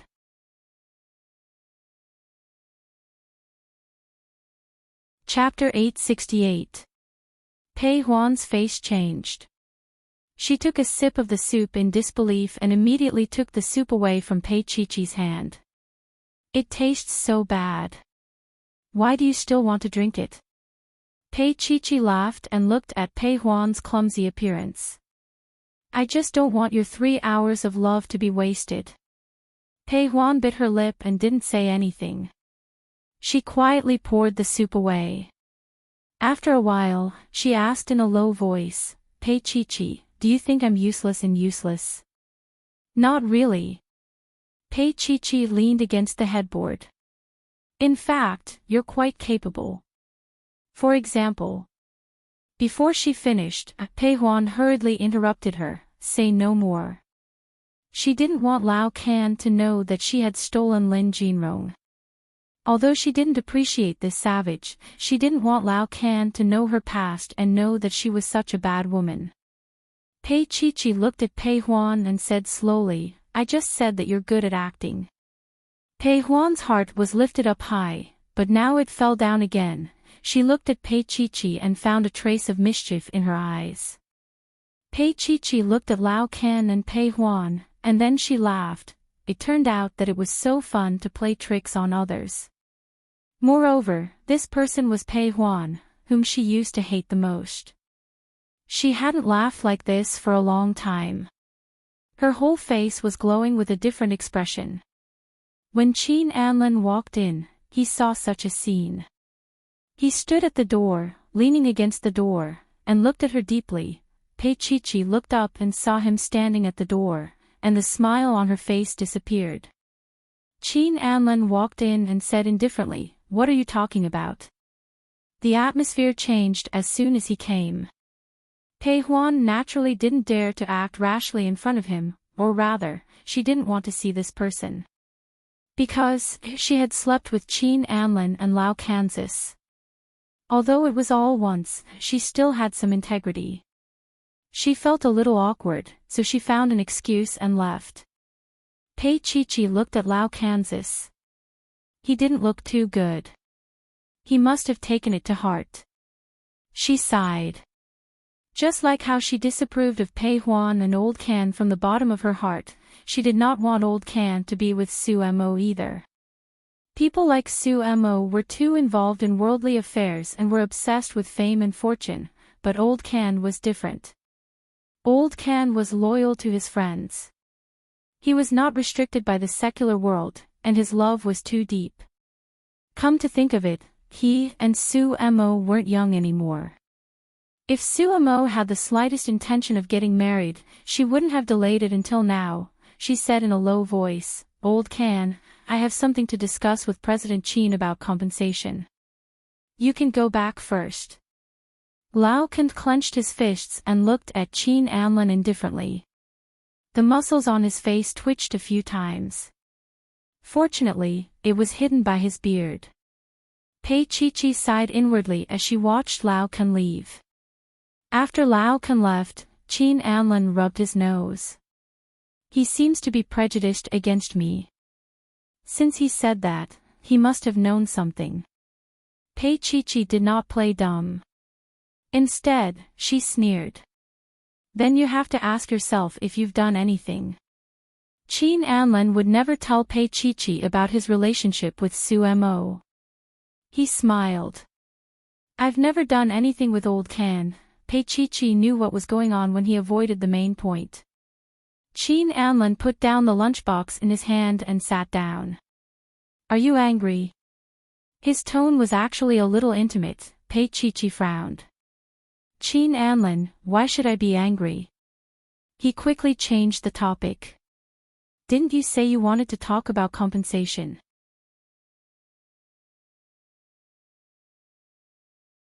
Chapter 869. Pei Chi opened the food box in his hand, and the soup inside was delicious. It was surprisingly to her liking. As she drank the soup, she said vaguely, "Give me your family's cook." Qin Anlin's eyes lit up. "If you marry me, my chef can make soup for you every day." Pei Chi put down the spoon in her hand and said, "It sounds like a big price." Qin Anlin pursed his lips and chuckled, "Pei Chi, you can, try it now." She continued to sip the soup.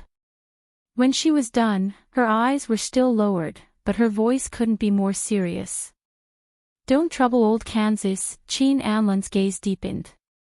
She had finally mentioned this. He had a lot of pasts, but he had never been stained by a single leaf.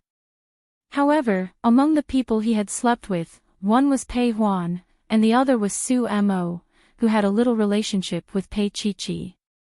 Pei Huan didn't have anything to do with it.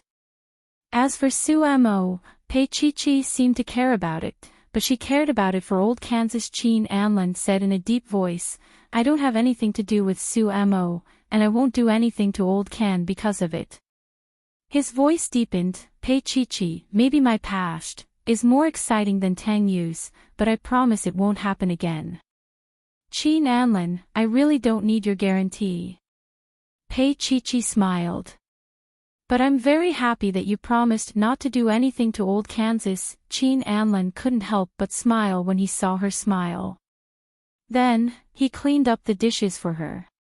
It was time for him to leave. However, he didn't leave.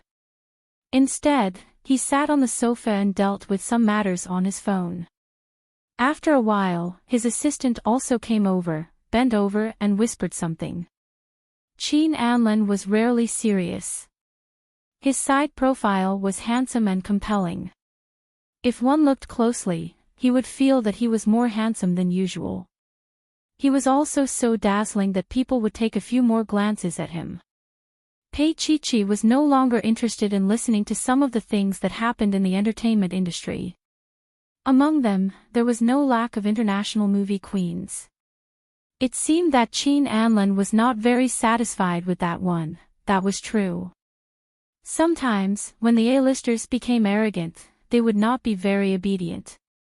After his assistant finished speaking, Qin Anlin first glanced at Pei Chi and then said calmly, "Give her the cold shoulder for a while.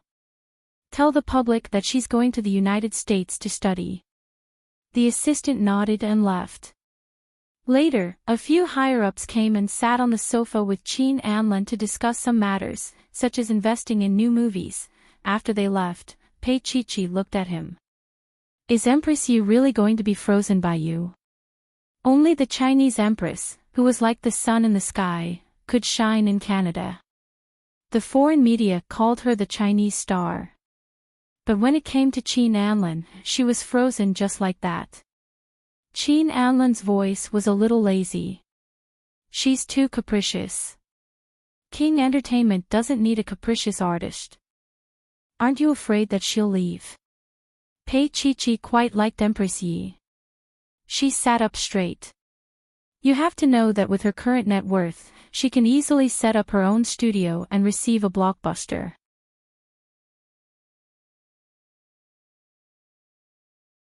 Chapter 870. Pei Chi stared at him for a long time before spitting out 2 words. Unscrupulous businessman. She then asked, then will Yi Tianho be kept in cold storage? I'll release her when she's obedient. Qin Anlan's voice was indifferent, cold, and emotionless. Pei Chi didn't say anything. She wasn't in a position to plead for others. Besides, Yi Tianho's status was in the billions. She wouldn't have to worry about making ends meet even when she was old. After a while, she suddenly looked up at him. Qin Anlan, did you sleep with her before? President Qin almost choked. He hadn't expected Pei Chi to ask such a question. He felt a little uncomfortable. He grunted in agreement. He coughed lightly and added, actually, that was a few years ago, and it was the only time. He had slept with Yi Liangqiu before. That was her first time. He had only slept with her once. At that time, when he looked at the cold and charming girl below him, he felt that she was a gem and that she would shine brightly in the future. He found her a top manager to guide her and helped her to the throne of the best actress.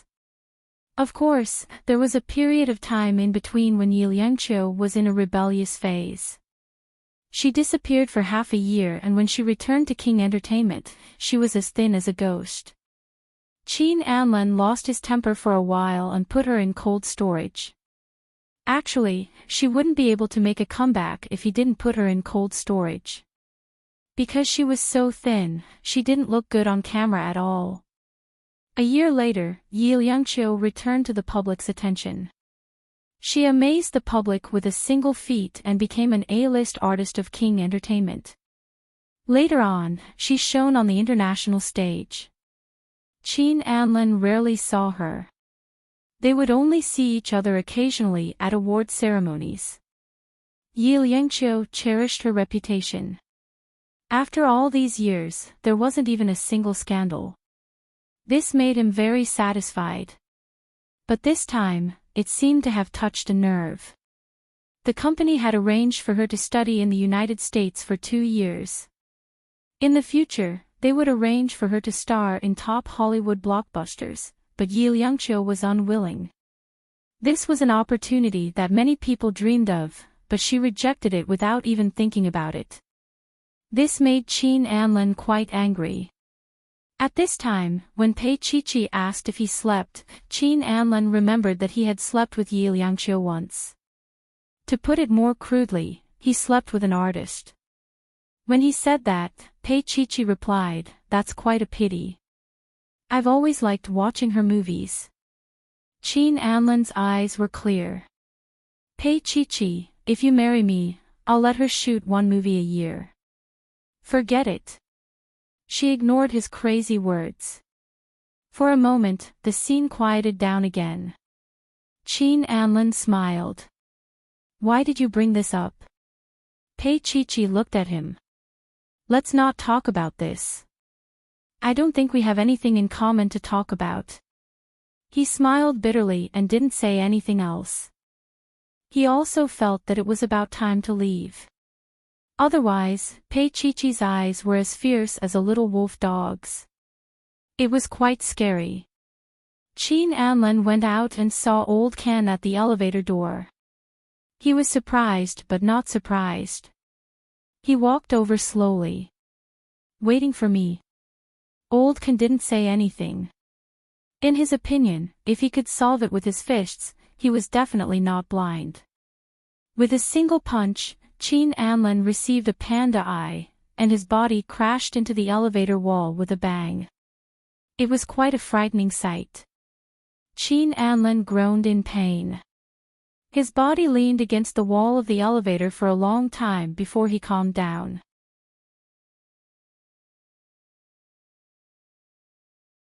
Chapter 871. Old Can's face was tense and his voice was hoarse. "Yes, I'm going to beat you up."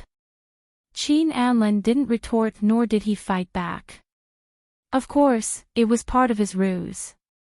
He was willing to bet that if he fought with Old Can, Pei Chi would definitely help Old Kansas. It would be difficult for him to see her in the future. Fortunately, old Can was rational and didn't hit him again. Otherwise, it would be too easy for him. Don't think that I don't know what he's thinking. He's still thinking about flirting with his little disciple. Chin Anlin stood up slowly and wiped his lips. Old Can, believe it or not, you don't know Su Mo as well as I do. Old Can widened his eyes like copper bells. He couldn't wait to eat Chin Anlin up. Su Mo is worldly in your heart, but do you really know her? Chin Anlin looked into Old Can's eyes. Do you know what she desires the most? Old Can didn't know what happened to Su Mo, and Su Mo would probably never tell him. Chin Anlin knew about it because of the news from the upper class.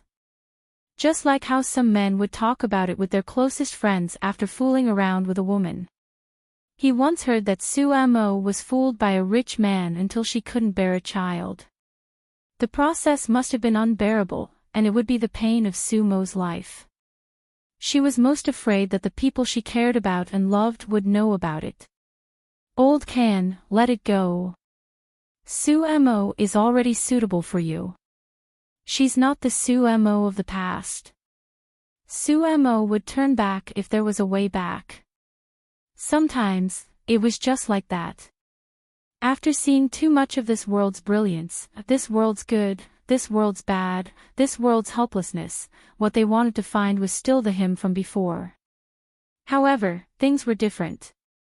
It wasn't that she didn't want to turn back, but she couldn't. He looked at Old Can's beast-like expression and knew what he was thinking. He smiled bitterly. But I'm serious about Pei Chi. Do you believe me? Old Can squinted his eyes and his bearded face was expressionless. If it wasn't for Pei Chi, do you think I would have endured this for Pei Chi? Chin Anlin's tone was calm, but it carried the authority of a superior. Old Can smiled. That's right. President Chin, you're powerful, and everyone in the entertainment industry treats you like a god. But in the world of love, no one is superior. Do you think others should accept your charity? After that, Old Can left angrily. Chin Anlin just watched the elevator open and close, took out a cigarette from his pocket, lit it, and took a puff. Lao Can was right, his kindness was really worthless in the eyes of Pei Chi. He looked at himself in the mirror. It was still the same Chin Anlin, but in those eyes, he saw a hint of bitterness in love, and also saw his pitiful hope for love. Later on, Chin Anlin came almost every day, but he wouldn't stay for long, leaving after half an hour. Pei Chi couldn't even catch up. However, no matter how he came and went, he was never able to cast a stone into the lake of her heart. She was still unmoved, and every time he came, she would lazily deal with it. Chin Anlin sensed that Pei Chi wasn't as cold as before, but she had learned to be tactful like old Kansas. This wasn't a good thing for him, because it was like boxing. Every punch he threw hit cotton and bounced back.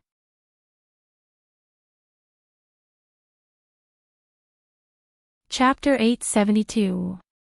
At the same time, Tang Yu was also restless.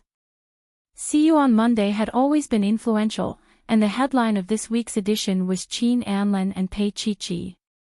In the high-definition photo, Pei Chi was lying on Chin Anlin's back with one hand on Chin Anlin's shoulder and the other holding an umbrella.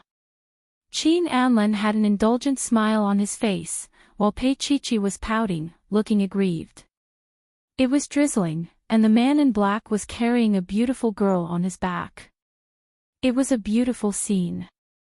At least, they were a good match.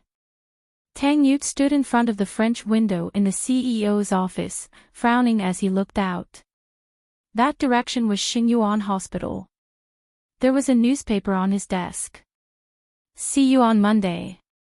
When he saw the photo, he was shocked and disappointed. He had guessed that Chin Anlin would do anything to get close to her. He even felt a sense of fear. He was afraid that she would fall for Chin Anlin. Chin Anlin was serious. He knew how much he could move a girl's heart. When he was in school, there were countless girls who liked Qin Anlin. Xiao Ran stood behind him and reported calmly, but in fact, she was about to cry in her heart. The CEO had been standing there for an hour and did not move an inch. She tried to calm herself down. Miss Pei's foot is injured, and she is now staying in the VIP ward on the top floor of Xingyuan Hospital. She hesitated for a moment before continuing. President Qin goes there every day. Huff. The temperature in the office dropped by a few degrees. Tang Yu's back stiffened. How's the injury? I asked the attending doctor, and it's nothing serious. It's just a sprained tendon. She will be discharged in 2 days. Xiao Ran had always been meticulous, so she had already asked about everything. Tang Yu pursed his thin lips and said with a suppressed voice, "Contact her and tell her that I will be going to the US for 3 days at 7:00 tonight. That's the only time I have a chance to be interviewed by her." Xiao Ran stared blankly for a moment before instinctively saying, "What if Miss Pei is unwilling? She will agree." Tang Yu's voice was calm, like the calm before the storm. Xingyuan Hospital. She was there. Everything seemed to be destined. Xiao Ran quietly left, closing the door behind him. The room was quiet. Only Tang Yu stood there, trying hard to calm himself down. He was not sure if Chi-Chi would still be so cold to Qin Anlin after seeing that person. Would she still love and hate only him, Tang Yu, or would she make a different choice? The phone on the table rang. Tang Yu paused for a moment and walked over. When he saw that it was Shen Lian calling, he did not intend to answer it. But the phone kept ringing. He just looked at it, his expression cold. Finally, the bell stopped ringing, but there was a message. He took a look and saw that it was from Shen Lian. There was only one sentence. "Do you feel as if your heart is being cut by a knife after reading the headlines?" Tang Yu deleted the message, and his expression became even colder. Xingyuan Hospital. Pei Chi-Chi walked out of the attending doctor's office, preparing to go back to the ward to tidy up. She would be discharged the next day. She had just received a call from Xiao Ran. Tang Yu was going to the US for 3 days, and he wanted her to accompany him for an interview. She refused. Even if the chief editor would not let her go easily, she could just quit. No one knew what would happen in the end. When she reached the top floor and was about to exit the elevator, a man stood at the door and looked at her. "Miss Pei, our Mr. Shin wants to see you."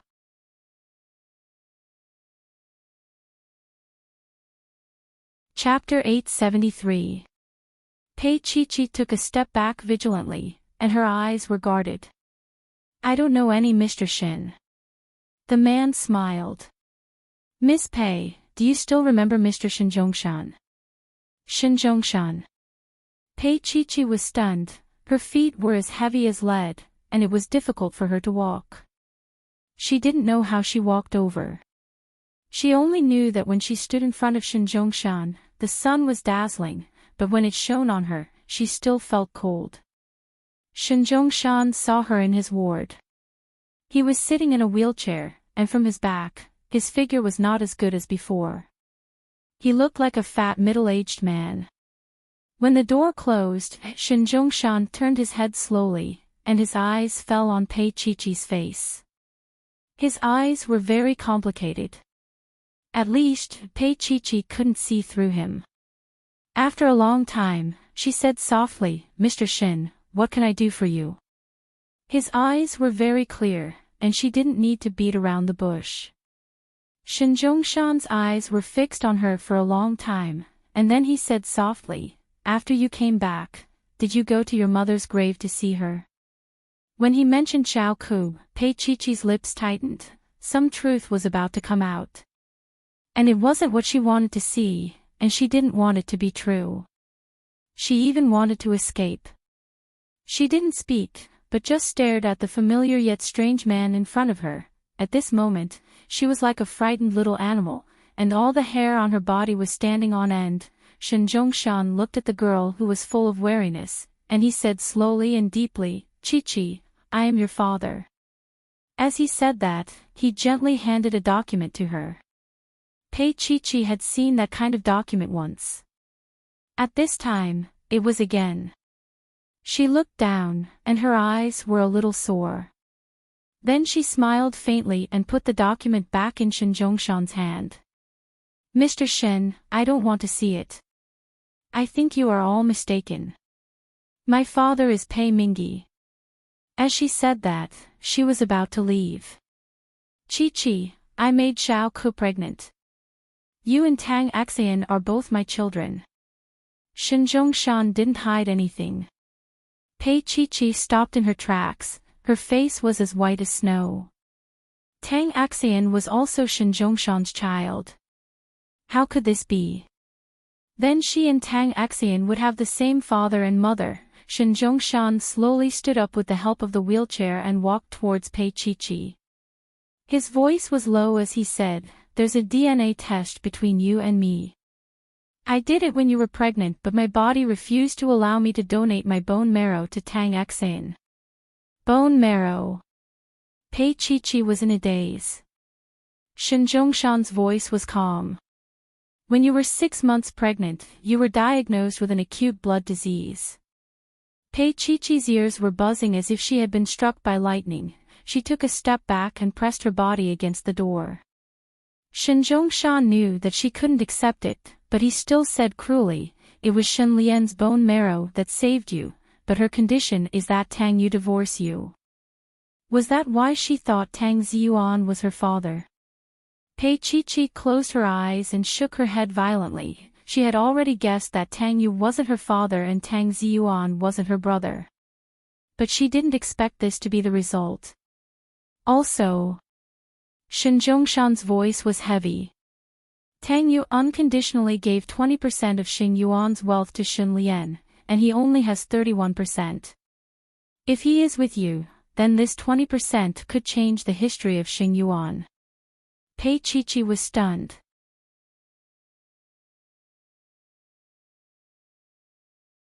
Chapter 874. Shen Zhongshan looked at her quietly. "Ask Tang Yu about this."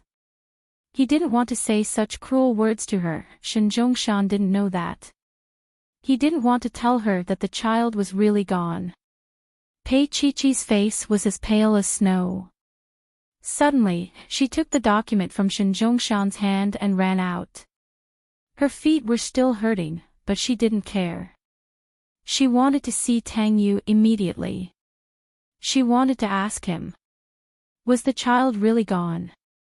In her heart, there was a last trace of despair. She hoped that the world still had a trace of mercy for her, just as if it pitied her.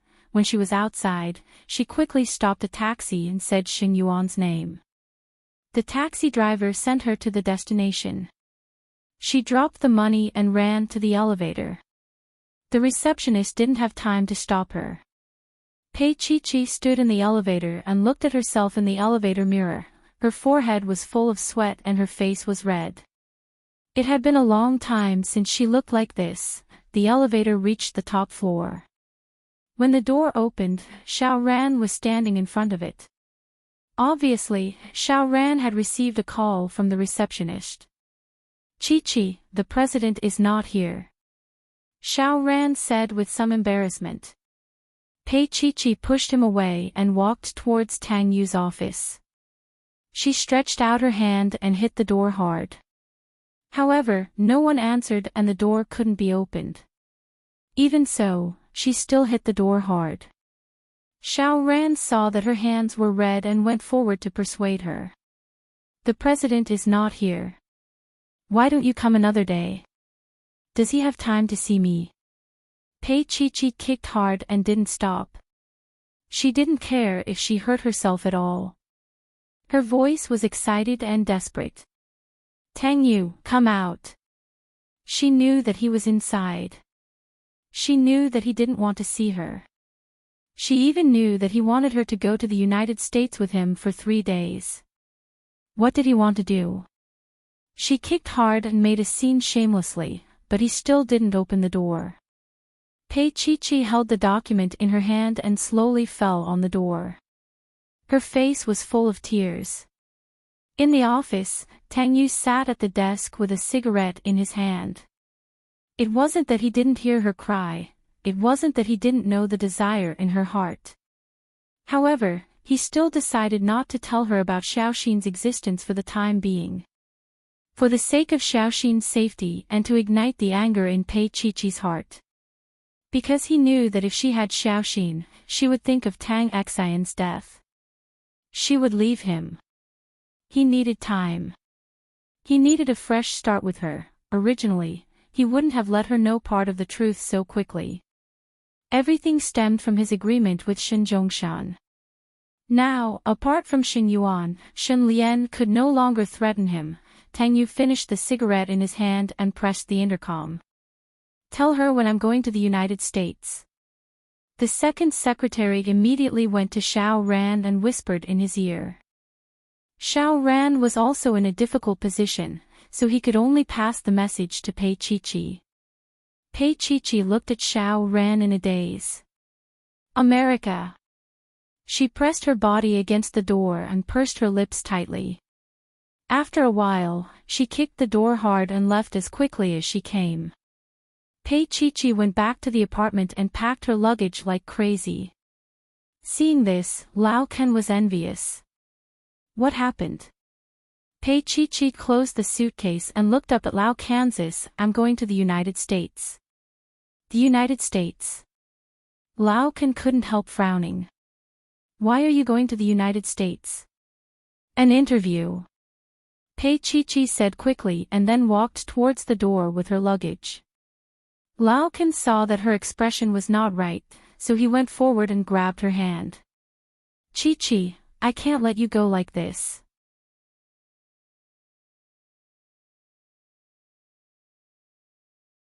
Chapter 875. Old Can, let me go alone. She looked at him. This matter is very important to me. I must go. Old Can did not let go of her. He grabbed her arm with one hand and made a few calls with the other hand. Then, he felt like scolding someone. He looked at Pei Chi. You'll be eaten up, do you know that? This was obviously a trap set by Tang Yu. He just wanted this little sheep to jump in and then be cleaned and eaten. Why didn't she understand? Pei Chi's face was filled with madness. She smiled lightly. I don't care. Oldkin, please let me go. I'll go crazy if I don't go. But as she smiled, her tears started to flow. Old Can could not bear to see her like this. He wiped away her tears with his rough hands and said in an unbelievably gentle voice, It's not that I won't let you go, but at least let me take you.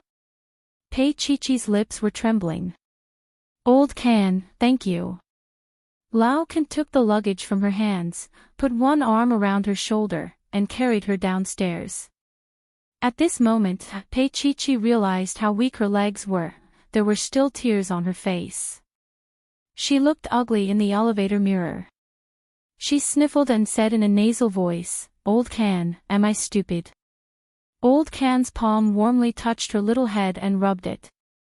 It's good that you know. This girl had always been calm and composed. When had she ever behaved like this? He also knew that this was a serious matter. Otherwise, Pei Chi would not be like this.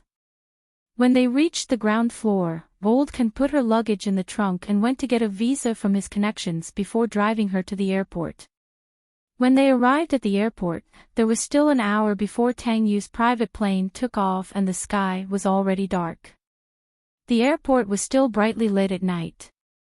The runway in the distance was filled with navigation lights that stretched as far as the eye could see. In the sky, there were planes taking off or returning, only the strong night wind accompanied her. Another plane took off. The wind howled and the sound of the plane rushing into the clouds was heard as it slowly disappeared into the night sky. Pei Chi stood there and suddenly turned around. Not far away, Tang Yu, dressed in black, stood there. Beside him were Xiao Ran and a few higher-ups. Lao Kan tilted his head and looked at Pei Chi. "Girl, you really don't need me to accompany you." She did not make a sound but stared at Tang Yu in a daze. It was the same for Tang Yu. Everything would change. However, in the middle, there was already a separation of life and death. Slowly, she walked towards him. Old Kan wanted to stop her, but he couldn't. Pei Chi paused. "Master, I will be back." After that, she walked towards Tang Yu without hesitation. Old Kan narrowed his eyes. In the end, he just lit a cigarette and smoked in the night. When it came to relationships, no one else could interfere. Pei Chi walked straight to Tang Yu, stood still, and raised her head. Her lips moved slightly, but in the end, she did not ask anything. "Let's go." He took her luggage and said calmly. Then he walked in front. Pei Chi followed behind him and walked towards the tarmac. Old Kan smoked his cigarette and watched, feeling rather upset. Damn it, he couldn't help his disciple and watched her fall into the trap of the big bad wolf. Before boarding the plane, Pei Chi suddenly turned around. Old Kan could never forget her expression at this moment. It was so determined and resolute. Pei Chi stared at Old Kan and then boarded the plane.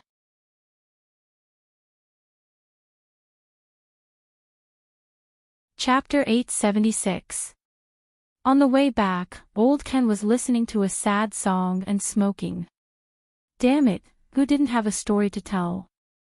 But the people this girl had messed with were not easy to deal with.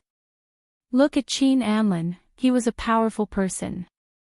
He had finally managed to get close to Pei Chi with great difficulty, but Tang Yu had effortlessly made Pei Chi leave with him, and even followed him abroad. On the plane, Tang Yu looked at Pei Chi, who was still in a trance. He frowned and said lightly, "Sit down first. I have something to ask you." Pei Chi's voice was stiff. At this moment, a beautiful air stewardess came over and smiled. "Mr. Tang, do you want to have your meal first?" Tang Yu nodded. Before the air stewardess left, she took a look at Pei Chi. "Sit down and have your meal together." His voice was dignified and didn't contain much personal emotion. It was as if she was here just for an interview, as if they had nothing to do with each other in the past. Pei Chi didn't move. "The plane hasn't taken off yet. It's not too late if you want to get off now," Tang Yu said and walked to the small dining table. The two air stewardesses attentively brought the dinner over and set it up before retreating. Tang Yu sat down, his handsome face slightly tilted. "Miss Pei." She walked over and sat down opposite him. Tang Yu poured 2 glasses of red wine and handed one to her. Pei Chi took it from him. She pursed her lips and said softly, "Tang Yu, aren't you going to explain?" "We'll talk after the meal," he said lightly. The glass of red wine in Pei Chi's hand was poured on his face.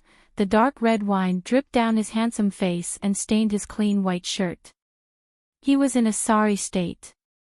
The air stewardess came over with the snacks and was shocked to see this.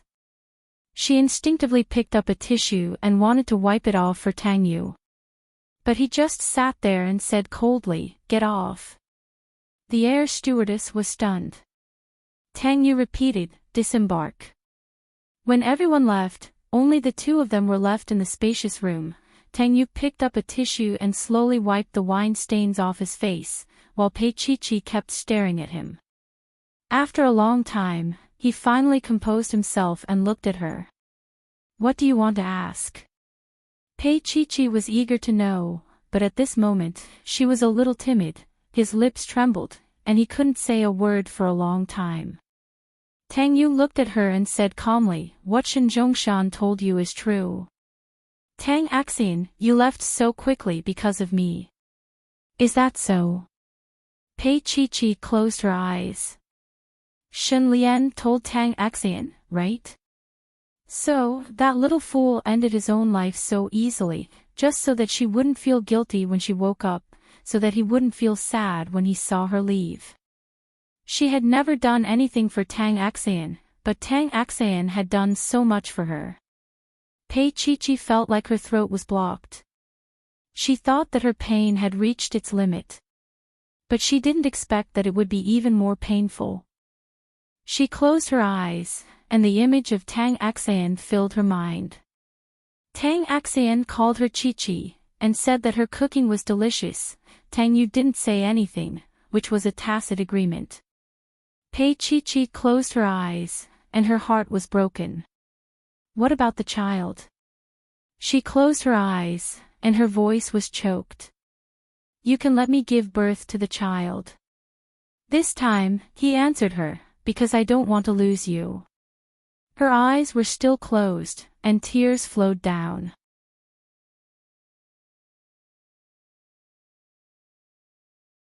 Chapter 877. He had done so much for her. He had sacrificed Tang Xian, their child. He had even sacrificed Xing Yuan and himself. She should thank him. She shouldn't hate him. She should be hugging him right now. But, things were different. After so much time had passed, everything was different. Have you ever thought about whether this is what I want? She looked at him. In this world, I'm the only one living well. You arranged for Tang Ziyuan to be my father and you to be my brother. You even helped me find a husband in the future. Yet, you watched me be happy and suffered alone, didn't you? She laughed and cried. Tang Yu, you're great, but this is not what I want. When he told her that they were brother and sister and that the child could not be kept, she screamed at him crazily. She didn't care, she just wanted to be with him. But the truth was that she was sick. Everything he had done was for her. But this was not what she wanted. What she wanted was to give birth to the child. And she and he were husband and wife for a lifetime, husband and wife for a day. He had made her live with hatred for so long, but in the end, it was just a misunderstanding. Tang Yu, you've done everything, but do you know? I'm used to hate and I don't know how to love anymore. Her little face was desolate. I have nothing now. Without Tang Xian, without the child, she did not know how to love him anymore. Tang Yu closed his eyes and said in a sorrowful voice, You still have me. Pei Chi looked down. I don't dare to take it anymore. After she said that, she looked up. Tang Yu had already stood up. In just a second, she was carried by him and walked straight to the lounge. She was stunned for a moment and immediately struggled. What are you doing? Tang Yu did not speak. He just tightened his jaw and walked quickly into the lounge. She was placed on a big snow-white bed and her hands were held high by him with one hand. He used the other hand to untie her hair, and her long black hair instantly fell on the pillow. Pei Chi screamed. Since her hands were restrained, she used her legs to kick him. Tang Yu loosened his tie and tied her hands to the head of the bed. Pervert. She closed her eyes and her face looked extremely fragile because of the tear stains. Tang Yu, let go of me. She was instinctively resistant to doing that with him. Because of the child, and also because he was now Shen Lian's fiancé. Moreover, it was because she hated him. This kind of hatred was the kind of deep love that was born out of despair. Her violent struggle soon left a bloody mark on her wrist. His heart ached, but he still did not untie her. She was wearing a thin wool dress, and her stockings had been torn off and thrown on the carpet. The tender legs brought back a burning memory, and the scenes of those hot nights appeared in his mind one by one. Tang Yu admitted that he was despicable and that he wanted her shamelessly. However, he was afraid that if he did not take action, she would leave with Qin Anlin, and the most direct way to enter a woman's heart was to have her and sleep with her. He believed that if Pei Chi-Chi had physical contact with him, she would not be with Qin Anlin for the time being. Because his Chi-Chi would not do that. He firmly tore off all her clothes with a hint of madness. Tang Yu, I will hate you. She closed her eyes and was still kicking her little feet, but he caught her with one hand. He unbuttoned his shirt with one hand and pressed her little feet with the other. You're tuning into the LoveLore Library YouTube channel. We're so grateful for your support, and don't forget to subscribe to join us on this incredible journey through captivating stories. Your generosity through donations truly makes a world of difference, as it's the primary source of revenue that allows me to expand and enhance this channel for you. Thank you from the bottom of my heart for being a part of this adventure.